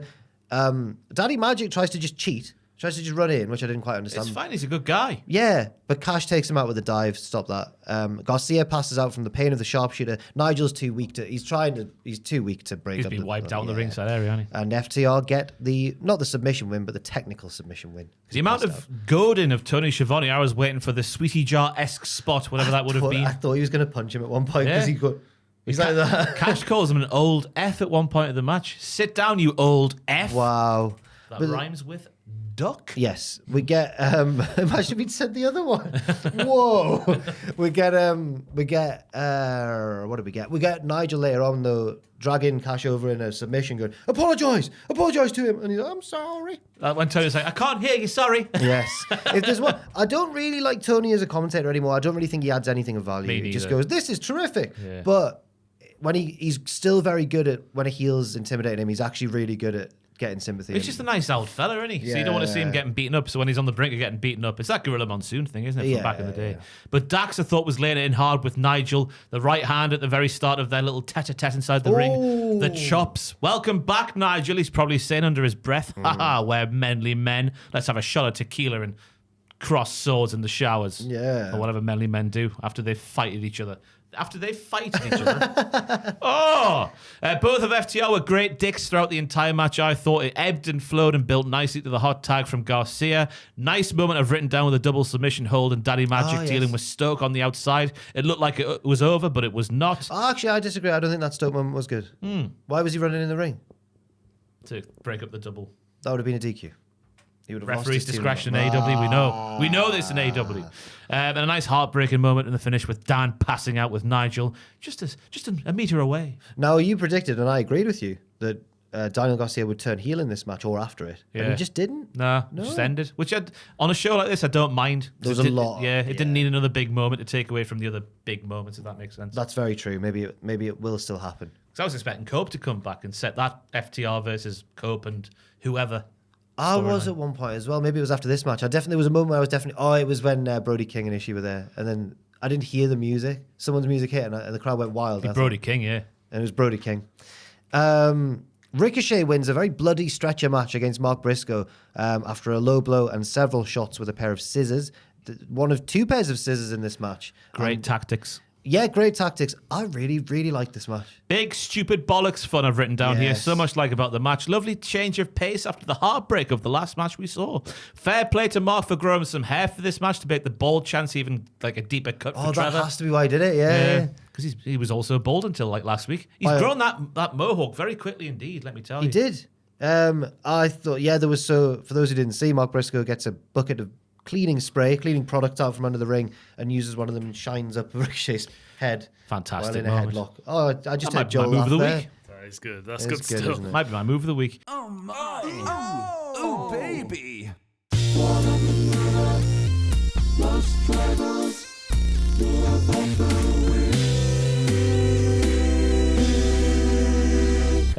What else was there? Trev having no water in the pool for a shooting star press off the apron to the bare stretcher was gnarly. Trev being a softie before that and running away in meme fashion. He knows exactly what he's doing, and it's great to see from the lad who, for the last 10 years, was fantastic in the ring, but the other things he was crap at. But now he's great in the ring and great at the other things as well. Yes, he's really, really good this year. I'm delighted for him. Delighted. I also was scared for Briscoe in this match because he bled so much. He did. It was a big one. Yeah, he got the chair thrown into his head, which I think is what split him open when... no, that was the other one, sorry, where Mark was going for the Sabu over off the the top chair, rope. yeah. He yeeted that thing. Yeah. One word.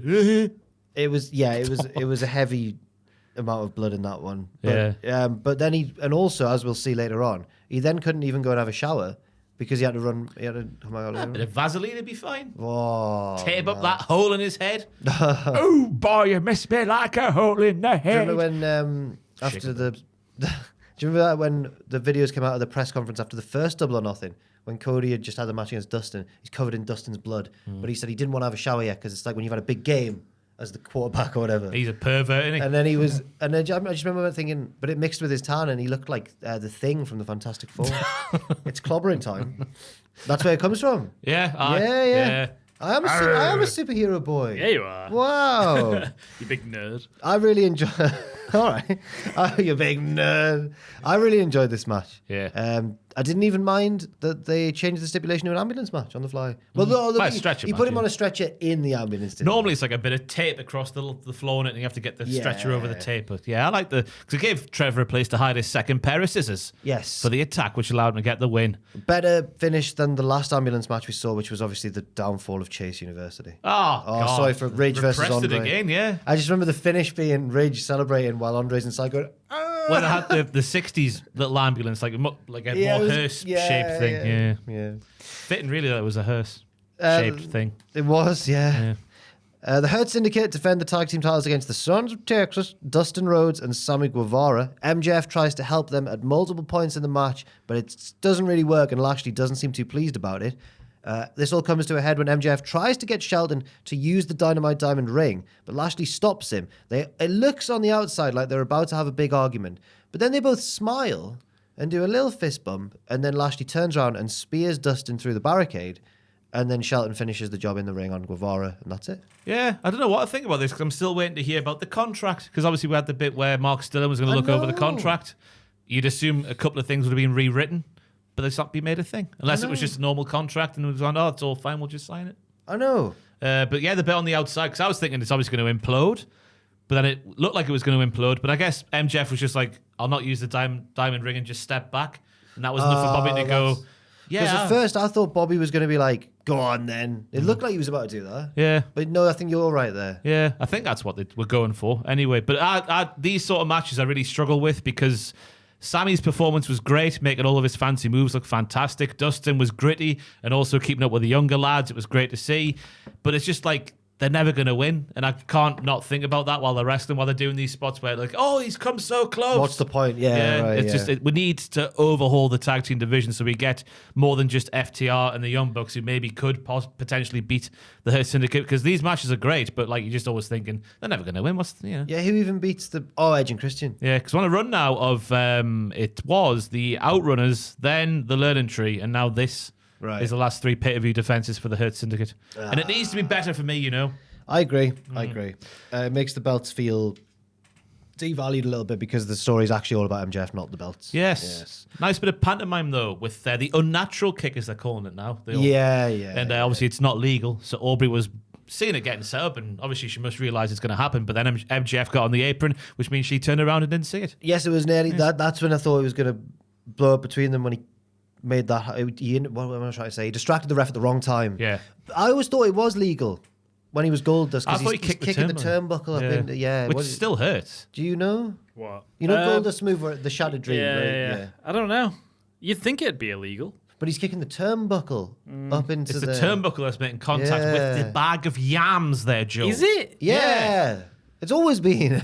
That's mad. I never thought. I Would your yams dangle below the turnbuckle, Joel? Oh yeah. Is that what you're telling us here today? Yeah. I've got big yams. Oh my God. Oh, fantastic. I'm on fumes today, Joel, and that's what I needed. Thank you. That's great. That's injected me with a bit more energy now. That line there. I've got big yams. I'm so glad for your sake because Matthew would never let that go. He'd be calling you Big Yams Joel. Yeah, for like it's the, true. Why the, do you call you Shagger Joel? the email off that one girl who fancied Joel. Oh, no, I mean, that's not horrible there. I didn't, What? I'm sure loads of girls fancy you. I didn't mean that. That one girl. Joel. I just meant, I didn't mean the one. I didn't mean that. No, that's okay. It was when, I never remember if she was called Rachel or Rebecca. It's one of the two. Rebecca. Yeah, Rebecca. Then, So what does your current missus think about Rebecca? She thinks it's funny. Okay. Oh, she knows. Oh, yeah, we hadn't heard from Rebecca in a while, so. No. She's been taken care of by your girlfriend. Sorry, God. Well, it's just she disappeared around the same sort of Allegedly. time. At the same time. What have you done with her, I Joel? reckon at the same time you met, Yeah. she quickly disappeared. If Yeah, you're it's out there, Rebecca, let us know you're safe. Yeah. Yeah. What if she's buried in the Joel's I don't new want to know. bench? Oh, yeah, we don't want another Fred and Ross situation. No.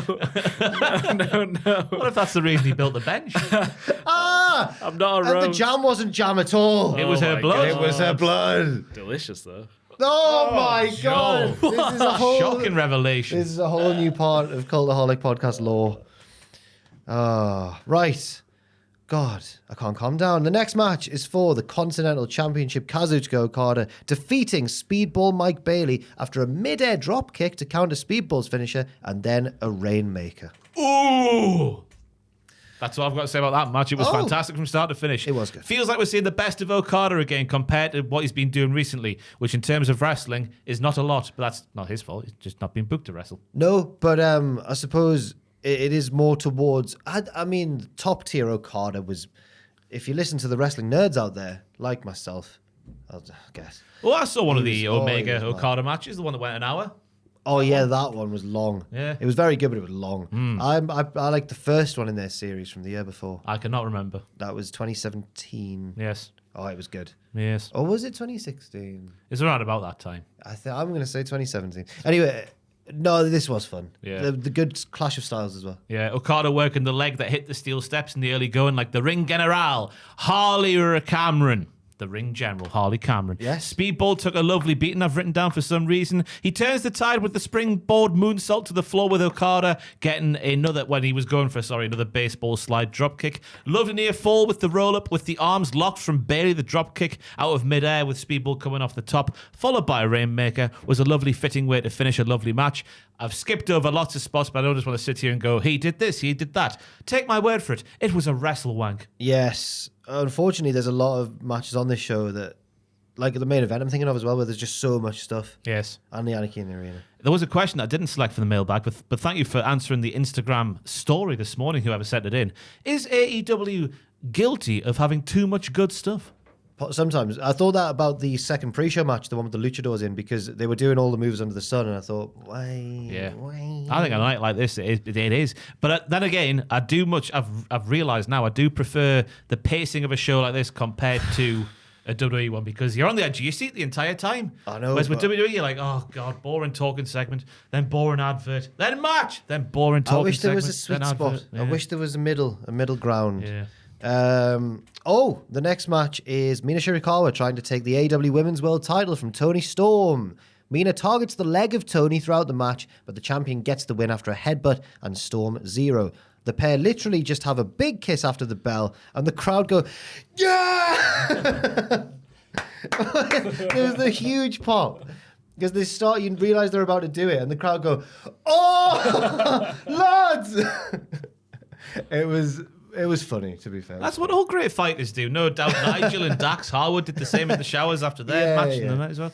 But these two ladies here can combine silly bollocks feeding into great wrestling stuff better than any pair I've seen before. Yes. That came out weird. Dance, shoot roll up, jive, shoot leg lock, boogie, I'll kick you. That's how the match was going in the early going. That was just the opening minute of the match. It's that level already. The only thing I've seen from this show is the kiss. Oh my God. Because it's like the first thing that came up You're on my what's Twitter. wrong with wrestling today. Did you watch it with Andrew, did you? No.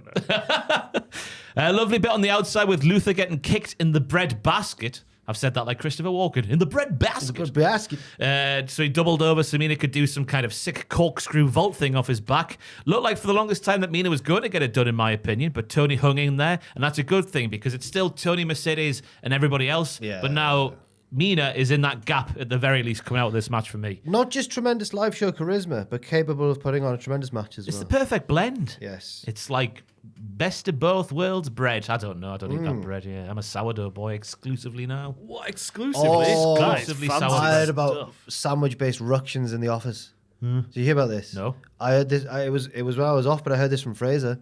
Obviously, he makes his nice homemade sandwiches and that. And he said he didn't even think he'd realise. So if this is breaking news, I'm so sorry. A member of staff, then I won't say who, someone came in with a big bag of shopping from Tesco. Just put it on top of his sandwich and ruined it in the fridge. Tom needs to be careful. Oh, I never said. Oh no! Why? What's Fraser not putting in a plastic box for? Yeah, but you don't expect. Bah! It's only a little fridge. It doesn't ruin the sandwich, does it? Flattening it a bit. It's just. Oh no, I think it destroyed it. For a Fraser sandwich, Yeah. he'll have took a picture of that sandwich. Yeah, you know when you see fair like a enough. TV advert, the food looks perfect. Yeah. That's yes. Fraser. Just Yeah. oh yeah. He'd have been so proud of the sandwich. Yeah. And yeah. But if it was a crisp sandwich, you want it flattened. Yeah, Yeah. true. Yeah. Crust yeah. is off, flattened, a bit of butter. God, I nothing love a better. crisp Oh, sandwich. yes. Oh, I ain't had one of them in ages. Have you not stuck some barbecue in there? No, I should do I'm that. trying to think the last time I did as well. I've had one for years. No. Crisp sandwich and a potty hen. Oh, Up pot the noodle. pot noodles. Oh, I've not had a pot noodle for so long. Anyway, the match. Right, yeah. There was lots of the match. Like, yeah, I think Mina is definitely. If they it's always the thing with AEW, like a good outing like this, but can they follow it up? Yes. Surely they got to follow up with Mina because she is the best of both worlds in terms of being Oh. silly and doing the good grappletons. If Mercedes ends up winning the big match now that this is set up with Tony and she vacates the TBS title, although I don't think she will because she is the belt collector, I'd love to see Mina win that belt in some way. Yeah. Yes. Yes. Yes. Right. Oh no. S is about to go. Oh, S, as Justin Roberts said. It's Anarchy in the Arena time.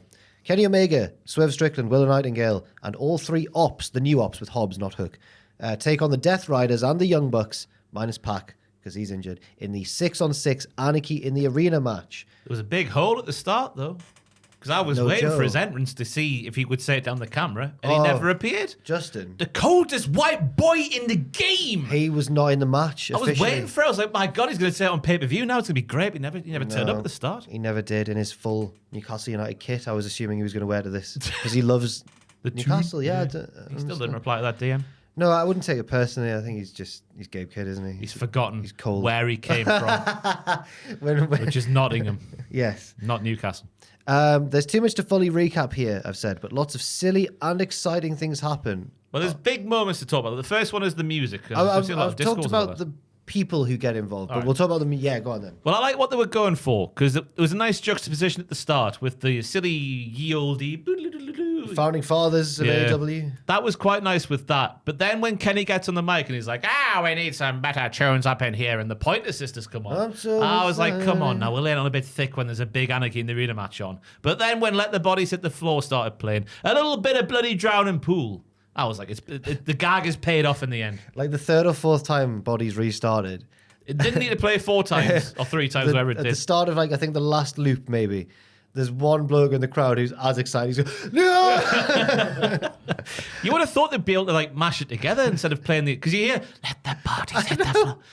It was so good. It was good, and I did think at certain points I'm still very torn about this match because some of it was really funny and exciting, but then sometimes I couldn't help but think this is like the Bucks and Kenny's ultimate dream, what's happened here. And sometimes I thought it was a bit too silly, but other times I thought, no, it's not. I think in terms of keeping you captivated from start to finish. Oh, yeah. I thought the use of the 4-way split screen, which I know is not new, but it was done better than it's ever been done before. I'm going to put it out there that this was the best Anarchy / Stadium Stampede they've ever done. Apart from the only one I can think of that I enjoyed was the first one, maybe as much as this. Yeah, with the bar scenes, yes. and the horsey. Yeah. But no, I mean, especially if this is your sort of wrestling, this will be the greatest match of all time. Yeah. It was done to the max. Yeah. There was a lot of stuff. Yeah, the max. max. The streaming service. Yes. And Maxwell Jacob Freeman. What else have we got? Max Caster. Max Caster. Oh, right. Any other Maxes in AEW? Bygraves. Max Bygraves. Oh, Who's that? some old singer, I think. Oh, yeah. Anyway. It does ring a bell. What's your next because the next thing I've got written here is when Hook runs in.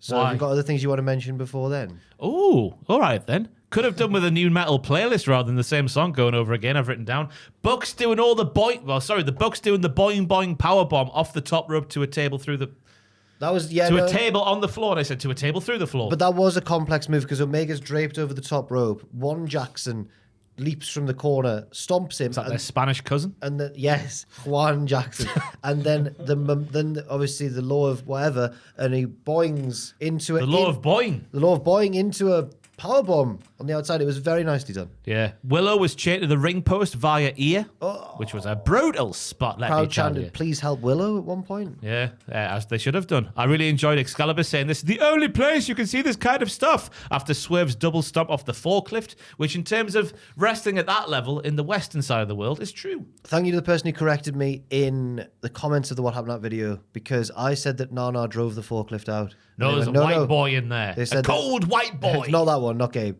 They said that Nana was just dancing on the forklift. And I was like, all right, fair enough then. It was a nice move all the same. Swerve getting the stapler out was very nice. His reversal off the pop-up sort of uppercut setup from Claudio into a little boop was good. Yuta coming across the ring. Three Stooges stuff. Yeah. But Swerve turns out to be, he's really good at that. And he got a shoot one in his own tongue, which he showed off at the end of the match. How did they get that out? Did they just rip it out? Because obviously when you staple a staple, the two underbits cut in, don't they? You know when you eat a pizza and you've not waited for it to cool down and the cheese burns the roof of your mouth? And you know, the next couple of days of meals are just, what's the point? I did that exact thing yesterday. Because you just think, well, I might as well just eat boring stuff now because nothing's going to taste of anything for a bit. Yeah. Was the pizza made of Rebecca? Oh my God. Oh my God. So then- These accusations. So then, wow, that must be much. That's times 100. Yeah. The stapler wouldn't go all the way through, you'd think. Oh, yeah, it's just the surface, but still, you got to get it out somehow. Yeah. It wouldn't be nice. And if it's managed to pierce the flesh like inwards. yeah. But then again, it's only paper it's going through normally. My tongue feels weird now. Right. What happened next? I thought the lasses looked badass in the closing, well, the bit before the closing stage of the match. Willow flattened everybody who was in her way. Then Marina? Yeah. Yeah, is that her name? Marina Shafir, yeah. That sounded weird coming out my mouth there. Yeah, Marina Shafir. Is it because we normally say a full name? Probably, yeah. Marina Shafir telling Moxley to do it. Spits on... Oh, no, Not on Moxley, Omega, sorry. yeah. Omega, to do it while Hit me with a bleeding. Snapdragon 2. Hit me with your rhythm stick. And he bloody did. And it was badass. It was good. Because I was worried that the women were going to just be kept separate the whole way through. But they both got a chance to shine as well. Yeah. And Willow and them dungarees, she could fight anyone. She could fight anyone. Don't know what that meant. And she did. Just words, isn't it? She speared everyone at one point. Gabe Kidd then came out the end when it looked like Joe was going to get... Oh, sorry. Well, I'll do the hook bit. I'll do the hook bit. That was the bit you had written down. A mysterious man in a bright orange hoodie comes out to help the babyfaces. Who could it be? I don't know. It's Hook. Oh. But they made a bit of a Joe Test mistake on commentary. It's Hook! And then he did the slow reveal. But it was clearly Hook. It's orange. Who else could it be? Yes. He beats up Claudio with a golf club, saving Joe from an attack with a chair. But then him and Joe kind of go, well, Hook's like, you've replaced me. Well, he has. And he walks off. Another tag team not getting along in the world of wrestling. I know. I never believe it. And then Gabe Kidd, of course. Yeah, looked like Joe was going to lead his army to a victory over Moxley by having him locked in the old Yes. Bulldog choke. Bulldog choke. That's the one. Thank you very much. But no, Gabe Kidd brings the briefcase, which has got the belt inside, remember, brings it down and thwacks everybody in the head with He's it. cold. He is so white as well. And a boy. And then you put them all together. Mox choked out Omega after the thumbtacks in his mouth bit. I was thinking, my goodness me, we've seen this one before. It's the end of an AEW pay-per-view. Well, end-ish of an AEW pay-per-view. That's the finish we don't want to see. So they're going to do it, but they did not. Great tactical work by the babyfaces, locking the Death Riders in the ambulance.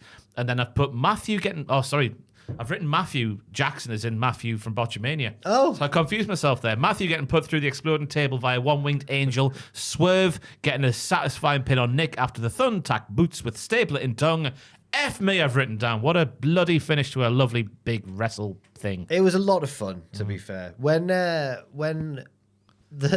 exploding table spot happened on the right towards the end there, Pierce very ruefully, who was editing this match for the What Happened That video, went, just a casual exploding table, that's fine. I was like, oh, he's fuming. But yeah, it was... so it's not my sort of thing, necessarily, because I'm no fun. But I still enjoyed it. That's how fun it was. Well, I'm a barrel of laughs. Yes. So I love this one. It was very fun. I did feel bad for the lads in the next match. This was utterly pointless. It was pointless to begin with. Why would you add it to the But show? putting it after this match especially, they gave them no chance. Because they were all 6 men are really good wrestlers doing really good things, and the crowd were burned out. They couldn't care. Yeah. Kyle Fletcher, Konosuke Takeshita, and Josh Alexander of the Don Callis family win a 6-man tag match against Paragon, Adam Cole, Kyle O'Reilly, and Roddy Strong, with Fletcher hitting a big, almost gone wrong, but really impressive nonetheless, brainbuster on Kyle O'Reilly. He pissed me off at the end, though, he did. He's getting kicked. We're hearing that noise over and over again, and it's just not registering. Was he not Sell selling? man, Was he Kyle. not? Yeah. I didn't notice that. Just before the brainbuster, it's both Cole and O'Reilly just going. Is it because he was holding him up, though? Had to hold No, him? they were just like shearing. Oh, right. Oh. Yeah. Just Yeah. wouldn't sell. Just that's it's a really. You're not going to care if you're just watching the wrestling, are you? I've always thought he's obviously really talented wrestler. Oh, yeah. But it was his powers of recovery that used to annoy me. The Osprey, was it the Osprey one? There was the Osprey one. There was one where he took one of the Briscoe ones. I think he took a burning hammer and then he was sprinting across the Yeah. ring. But then he had that one with Hangman, and that might be my favorite Kyle Fletcher match of all time. It was really Yeah. good. So What's it's not the one where he got like the beat and then just started running across the ring backwards and forwards like 5 or 6 maybe times? Briscoe. I can't remember. Can't Or maybe remember Osprey. either, Maybe yeah. Osprey. But, anyway, yeah. not going to let that ruin the match because it was a very well-worked match between 6 good wrestlers. As we said there, the crowd could give less of a toss because they'd spunked their load in the previous match. Impossible place to be on the card. Lovely triple powerbomb by the heels. What else was there? Fletcher pissed me off. The heels win. What does it mean? And, oh yeah, before we get to the finish, the other big thing was Don Callis calling the 3 in the ring from his family the big 3 of the family. Say that right next to the murder hole. Yeah, He's a brave man. my thoughts are with Archer and Cage and Trent and Rocky and Mark. Who are not the big 3 of the family. These are like a kids' TV narrator. Yeah. Thomas and Percy and James and Edward and Gordon and Henry. That is the main cast of Tom. I've done it. I've nailed it. Yeah, It's there. all of them. I think so. And Gordon's a big I miserable can do them prick. in, I can do them in number order if you want. Thomas was number 1. Edward was number 2. I'm stuck. I got cocky. Oh, no. Percy's 6, and that's all I know. And the other ones are in some middle order. Yeah. Harold's a great number 9. Harold the helicopter. Yeah. Toby, great at the back. Number 2. Square one. Oh, yeah. Yeah. Just making up numbers now. He looks like Luke O'Nien a little bit. Sulan! I Sorry. can't wait to see him in the Premier League. Oh, let me It'll be enjoy like it. me Oh, let watching- me it'll enjoy be it. like- Oh, let's enjoy it. Let me play in the Premier League and I'll do as well as Luke O'Nien. Yeah, but he's a good lad. Who cares, though? Do you see the derby last season? I was under a bad He manager. got whizzle-wazzled. Oh, Sulan! I don't care at the minute. It was a great moment. And Fantastic. Life's all about moments. But now you got 12 months of like soul-crushing. You'll hate gonna be football. bad, it is You're going to gonna hate be football bad. by this You'd time rather, next year. yeah, but I'd rather be able to look back on this season and be like, wow, Yeah. what an ending. No, it is. You'll I'm have happy for forgotten about it by this time next No, year. I'm never gonna. They swore. I'm never gonna. It was a great day. I can't wait for them to put the bloody derby like 3 days after a Champions League away game. They're going to do that, aren't they? He's already complaining. What's going And on? we're going to have 17 Bias. injuries. And they're going to win 1-0. Yeah. And then they'll still go down and still be happy because it's just about baiting the mags. That's not true. I would lose to Newcastle both matches next season if it meant staying up. I was a You're trade. the only one. Am I? I lived there for 3 years. I worked on the Sunderland Echo during Carabao Cup final week. I need to think about that actually. Yeah, sure. Yeah, he would, sure. Yeah, but there were some great derby days up there. Oh, yeah, there's an aftermath end, of the yeah. match. God, sorry. Cole and Strong check on their teammate, and I've said then they attack the heels, but the heels were standing menacingly over them. So Yeah. I think they were just getting in there before the heels did a beatdown. But they do get beaten down by the heels because they've got the numbers advantage. And Lance Archer runs in, and Trent, and Rocky. But then 3 men arrive to save the day. First, Brody King and Tomohiro Ishii stand on the stage, and they are joined by the extra surprise, because they're all surprises, but the extra surprise of Hiroshi Tanahashi. The babyfaces clear the ring. Tanahashi hits a sling blade on Fletcher, and then Cole hits the boom, and that's the end of the segment. I really enjoyed Tanahashi's appearance because he fought his way bravely down the ramp. He just walked through the middle while the other lads did. Yeah, the he looked like a heavy boss. He looked like a mafia boss to me. I was like, lifting. ooh. It tickled me so to just watch him not getting physical until he got in the ring. I guess this He's is, absolutely done. yeah, I've heard that. Yeah, Yeah, he had a decent match with Takeshita recently, but like he was really trying hard, and Takeshita had to really try hard. I've heard like him and Naito Naito's done as well. quite done as well. It's almost like the really hard matches they have all the time takes its toll. I think it's going to be setting up something for Forbidden Door. You would think, no? Yes, no. Oh, that's here as well. It's in London. That's why. Yeah. That's why Ospreay's going to bring it home. Bring it home for London. Well, I believe that is a question in the mailbag as well. I'll wait for the. Oh, what's the big question? There isn't one. There isn't one. Oh, we've done this several times now. Joe will get both. No. Well, that's a difficult one for you then. Huh? Trying to Oh, get in the title. SNME and Double or Nothing because that's two long pay-per-view names. Really long names, yeah. It'll be all right. We'll figure it out. Yeah. In the main event, Hangman, Adam Page, and Will Ospreay take on each other in the men's Owen Hart tournament final. And after, which I'm sure we'll get into, after many back and forths and swings of momentum and brave moments and emotional moments, Mexican standoffs. shootouts and all that, Hangman Adam Page picks up the win. We were wrong, and Matthew was right. Well done, Matthew. Yeah, I was wrong. Hell yeah. Hell yeah. He celebrates and heads up the ramp, but then returns to the ring and shakes Will's hands. The redemption arc continues to get more redemptful. And even though I'm a big Ospreay fan and predicted that Ospreay would win this match, when this happened, I was like, of course, it's the right decision. Of course, it's the right Yeah, decision. you take a step back and realize that AEW is just Hangman is the central character. He is. Of AEW. Like Jey Uso was. Yeah. So him winning makes total sense as he continues to become more of a babyface. Yeah. And even though my logic for wanting Ospreay to win was that Hangman has enough history and stuff with other people on the roster that he can have big, emotional and important feuds without needing the belt. But just chuck him in, give him the belt. It just makes more sense, actually. Yeah, I think it'd be a more satisfying win for Hangman to sort of come good and beat Moxley rather than it would have been for Ospreay, who's always been good, but is less of like an AEW man, if that makes sense. And I know the argument could be like, well, we've seen Hangman do this before when he beat Omega. Yeah. But the counter argument to that is, and that was brilliant. And it was 4 Do years it ago. again. And yeah, it was 4 long years. Wow. Will he win, though? Yes. Joel. Look at that little smirk on his face. He's Imagine gotta- if he didn't. he's In the gotta- desert? Yeah. In come Texas, on. where cowboys are born. Yeah. Yeah. No, this time. Sure. With the help of Cope, who'll run in and help him. And then present him with the belt and go, "Way!" But it was me. Well, but dressed as a way. cowboy with a bigger hat. yeah. Just because Cope's the best. Didn't you say something about Cope? Oh, he was getting interviewed by the Maple Leafs social media guy. Which Yeah. wrestler would be the best ice hockey player there, Cope? It would be me. Oh, yeah. But also, right. Will Ospreay would be interesting. Oh. Cope would be like the Great Khali, you know, when he helped Jinder Mahal And win. he's He held the belt yeah. up at the end. The anniversary of that this week, wasn't it? Or last Is it? week? That Punjabi prison match. 7 years? 6 years? 8? God. Yeah. it Since must be Jinder's like- title reign. 17, wasn't it? The summer Yeah. of 17. I honestly, Wow. that felt like a fever dream, that when Yeah. Jinder, that was strange. Great times. Yes. Anyway, Ospreay had the smelling salts out before he came out, and the summer salts out when he was in the ring. Whoa, very, very good. Because he had a look on his face like a dog. Oh, Ospreay is like a Labrador in human form. Oh, So, yeah. Yeah. Oh, big time. We've met him. Yeah. He's playful. He's Oh, hey. I bought some Greggs for everyone. never been like that around me. Probably because I'm No, intimidated of course by he has. I'm intimidated by Ospreay being around him. He's quite intimidating. Yeah. I'm Will Ospreay. He's too much of a geezer. Yeah. Even if he wasn't a famous wrestler, I'd be intimidated by If him. he's on a building site, he's going to run. Oh, yeah. No, I'm just imagining being in that scenario. Oh, you little mug.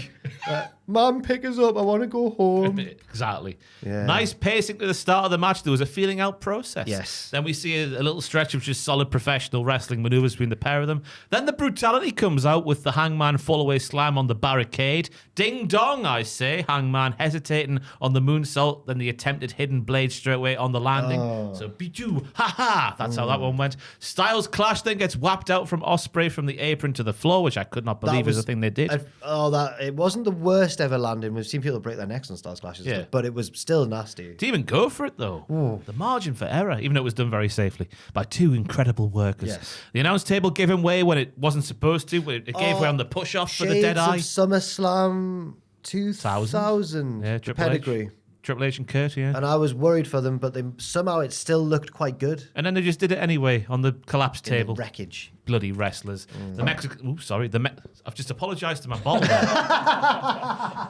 We're very tired. Sorry. We're very tired, lads. The Mexican standoff was very well done. I forget what match it was where... That's the most British thing. I know. I've just apologised to a plastic water bottle. Wow.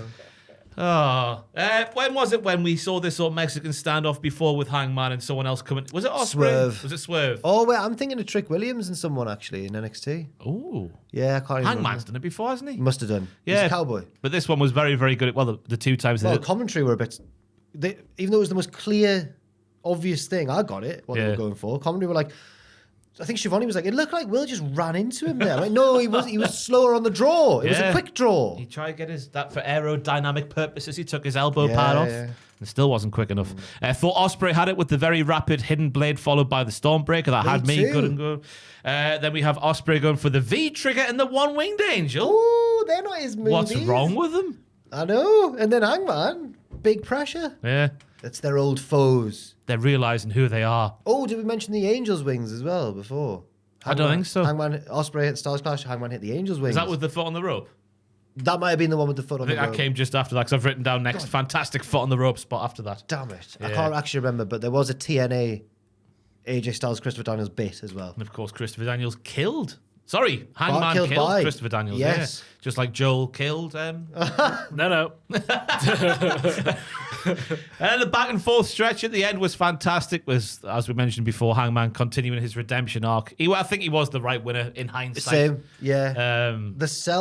The bump from Ospreay on the lariat, the normal lariat before the buckshot lariat was it was like Rikishi but on springs. Oh yes, that's what I've always said about Ospreay. He's Rikishi on springs. The similarities are endless between those two men. But I tell you what, that match was unbelievable at the end. Even though the crowd were knackered for the Don Callis family match, that was very, very good as well. The Stadium Stampede, Anarchy in the Arena was the best one they've ever done, in my opinion.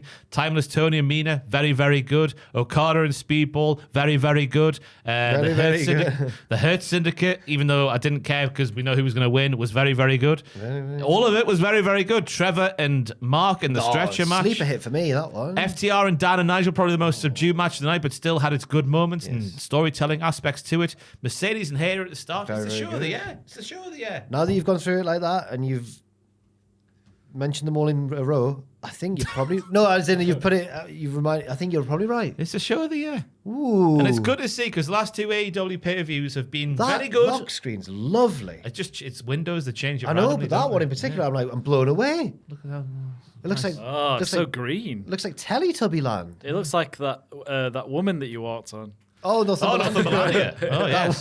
There needs to be some That context woman there. Ross went up a hill. If you want me to walk on you, I can accept PayPal or bank transfer. £300 for an hour. Don't joke about it because people will. Hey, I could take 300 quid an hour at the minute. So if you do want me to walk on you, in public space preferably, so you don't hurt me, Yeah. I'll do it. But yeah, you're right. There was a lot on this show. Very, very good. No complaints. Because it has been a case of the last two this year especially have been like very, very good up until the main event. Then like the worst ending you could book possibly. But this had the best ending. This had it all. Maybe it is show of the year. It bloody is. I've said it twice. Maybe it is, Maybe What do you think of show of the year? Maybe it bloody is. Ooh. My bottle thinks it is as well. Then what do you all think? Let us know in the comments below. Right, are we doing a mailbag now? Yeah. Let's have a rummage in our mailbags. Let's have a rummage in the mailbag. I believe these were you. So you did an Instagram story. I did, yeah, because I checked the regular mailbag and nobody sent one in related to the pay-per-views. It's been the end of the season in the football. It's been a lot of wrestling as well. I don't think people had time. Yeah, but we've got some on them. We've got 4 questions to answer. Here we go. This is from Slick Revenge on Instagram. Would you lot take any spots from? Oh wait, are we doing the producers? We'll do the producers after the mailbag because I've started the mailbag. I've started the mailbag now. Would you lot take any spots from the Anarchy in the Arena match? Says Slick Revenge. I'd take them all. Whether I'd get up would be a different matter, though. I wouldn't take them. Are we getting paid? Of course we are. We're in the wrestling business. Joel? I guess we could reframe it a little. What would be like the most painful move in the match you would take with like your consent? And is this, crucially, to avoid any sort of confusion like the last time we asked this question to each other, is this really shoot how the moves would feel, or is this in the world of wrestling? I think it's been made clear that it's within the confines of the match itself, within the world of wrestling. Oh. We had exploding tables, we had thumbtacks, we had staple guns, we had... Say, for example... forklifts. So this is more of a jackass situation. Yeah. Oh, I don't know, you know. I don't know. Oh, I don't know if I'd take any of those moves. Joel? I didn't watch the match, so I'm not sorry. completely sure He what hasn't the seen it move yet, was. Joe. Okay. He's been at work Exploding this morning. table sounds fun. I'd That was a One Winged I'd give Angel that through a an go. exploding table. Off the stage to the floor as well. It looked like it hurt Kenny as well. The flash seemed to go off in his eyes. He would, went wouldn't like, it? yeah. You know what the most I would take? I would lie there as still as possible for a Nick Jackson swanton bomb off the stage. That's a good shout. Because you'll be hurt, but it's all in his hands. Anything more gnarly than that, I don't think I'd be able to. I would take... I would take not the balls one and not the tongue one. I would take a staple... No, I wouldn't. What am I talking about? We can do that now if you No, want. yeah, no, I don't want to do that. So stupid of me to say. I would. I really don't know. And I had a joke answer, which obviously I don't mean, and I don't want to say it now because it just. Oh, I was going to say I don't want to say it. This isn't my actual thoughts. These are just a silly joke I had in my head. Right. I'd take Marina Shafir spitting in my. Yeah, no, but I wouldn't. Why is that? I wouldn't. It popped. I don't know why it popped into my head. I would take the swerve stomp with the thumbtacks and the shoes. Oh. If I'm wearing a shirt, am I wearing a shirt? No, I don't dress you. I really can't think of one. I wouldn't be taking the one-winged angel off the stage. That was mad. Yeah. You could land on your head. I would not be taking the boing boing powerbomb to the floor.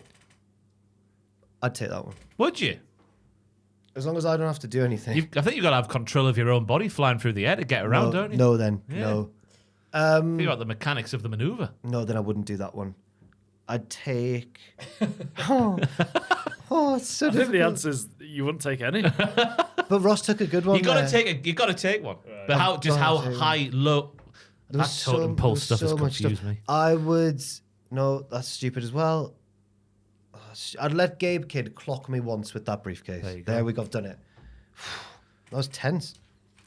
Edna Doyle on Instagram says, do you feel Money in the Bank is a waste of Cena's limited dates, the tag team match? Love the podcast. Thank you, Edna. Thank you. Yes, I do.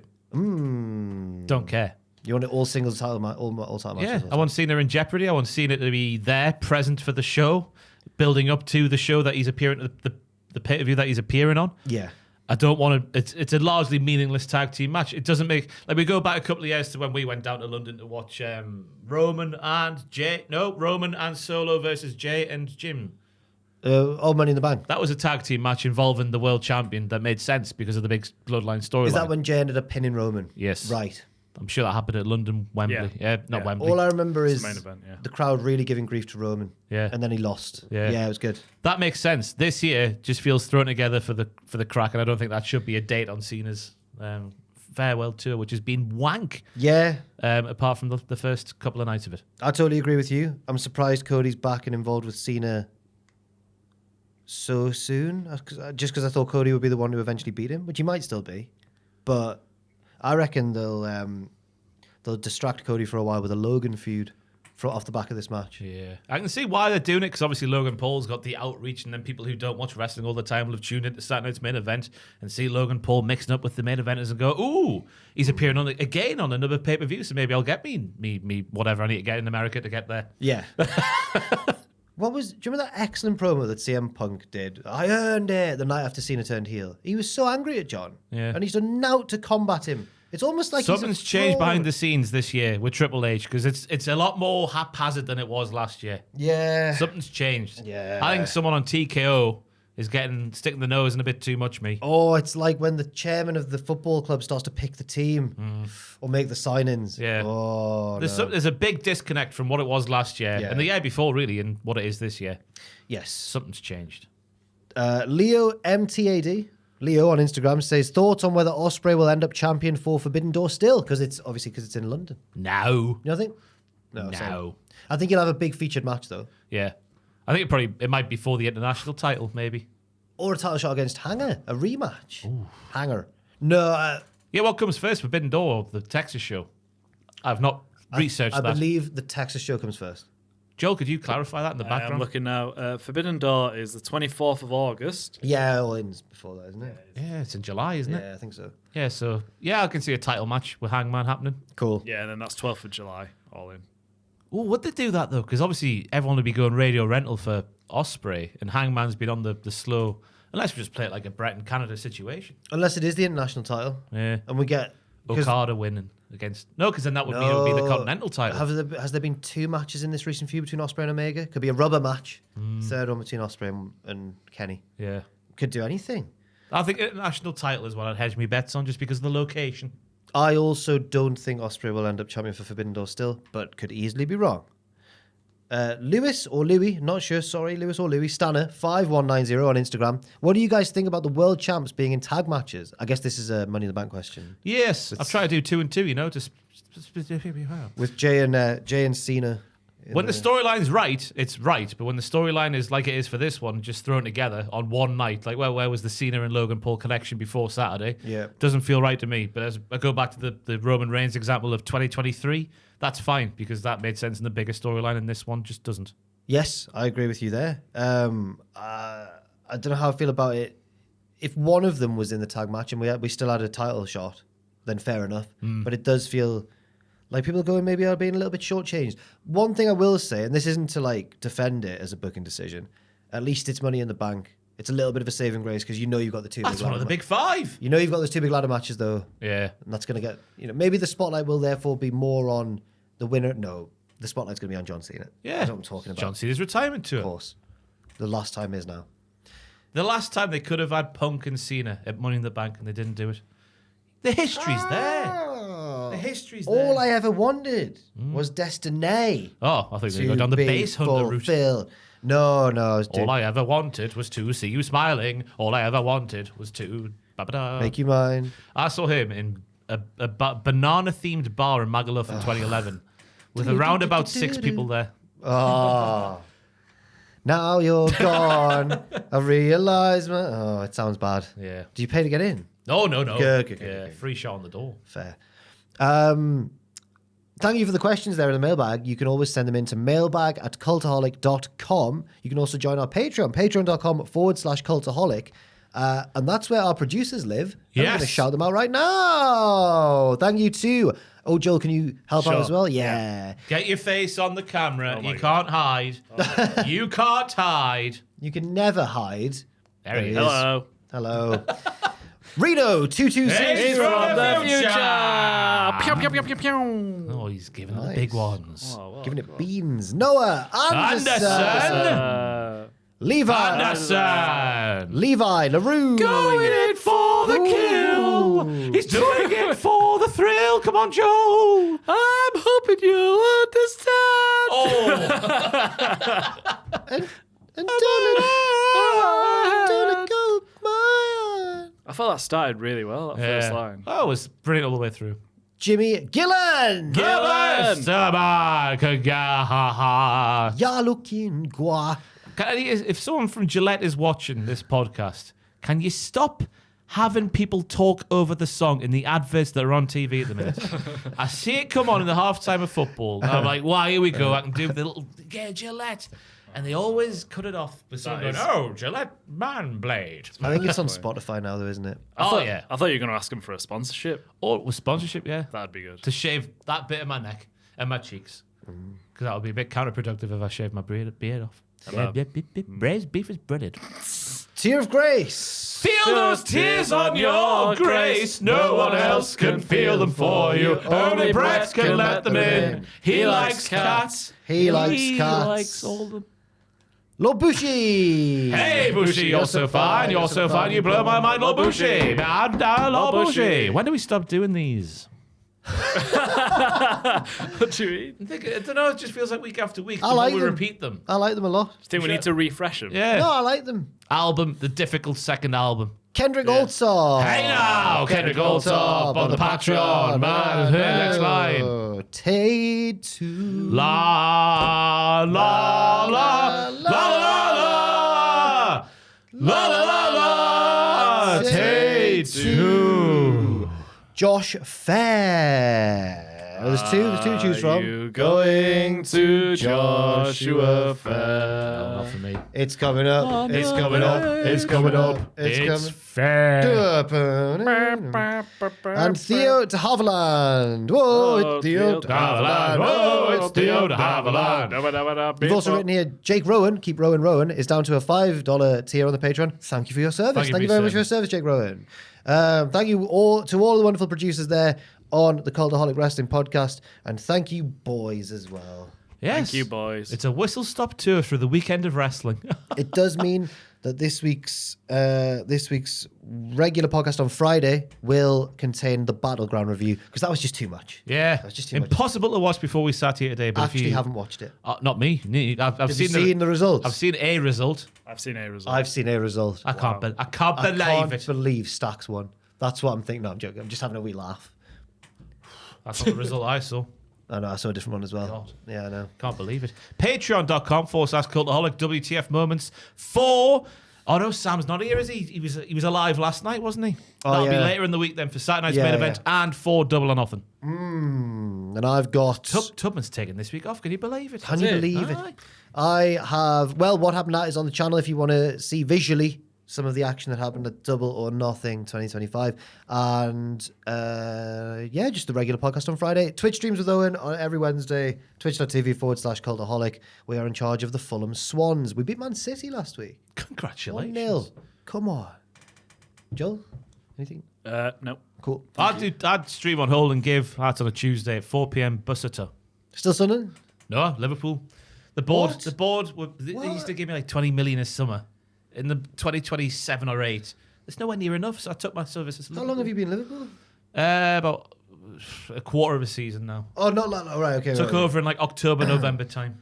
I just meant weeks ago. How long ago was it? Oh, two. Right. 2 weeks, yeah. Oh, my God. Oh, I'm sad about that. I'm not. They could have kept me, but they didn't. Well, fair enough. Back me more. That's all I'm saying. I'll deliver. Thank you very much for watching, everybody. And leave your thoughts and opinions in the comment section down below. This has been Ross. This has been Joel. I've been Jack. And you've been the viewers. Thanks. Oh, and we're going to point at the sign, aren't we? We're going to point at the sign and say... Oh, my move of the week was Ricochet's bald head. Ricochet's bald head. Nice. I'll put that Oh, in. my. Whoa. I've bastardized the process of the move of the week by nominating Not a Move for the first time ever. Oh, you could save it till NXT. Potentially, yes. We'll point at the... Do you want me to put it in or not? Yeah. Okay. And now we're back from the jingle. No, right at I'll the put end. it in when he mentions it because Yeah. I know it down. Oh, well then... This fair guy's enough. on. He knows what he's doing. We'll point at the screen. What will we say? I've got no idea. I've got no idea. I'm very tired. I can't wait for 3, bed. 2, 1. I'm very tired. I I've can't got wait no for idea. I'm very tired. I can't wait for bed. I'm very tired. I can't wait For bed.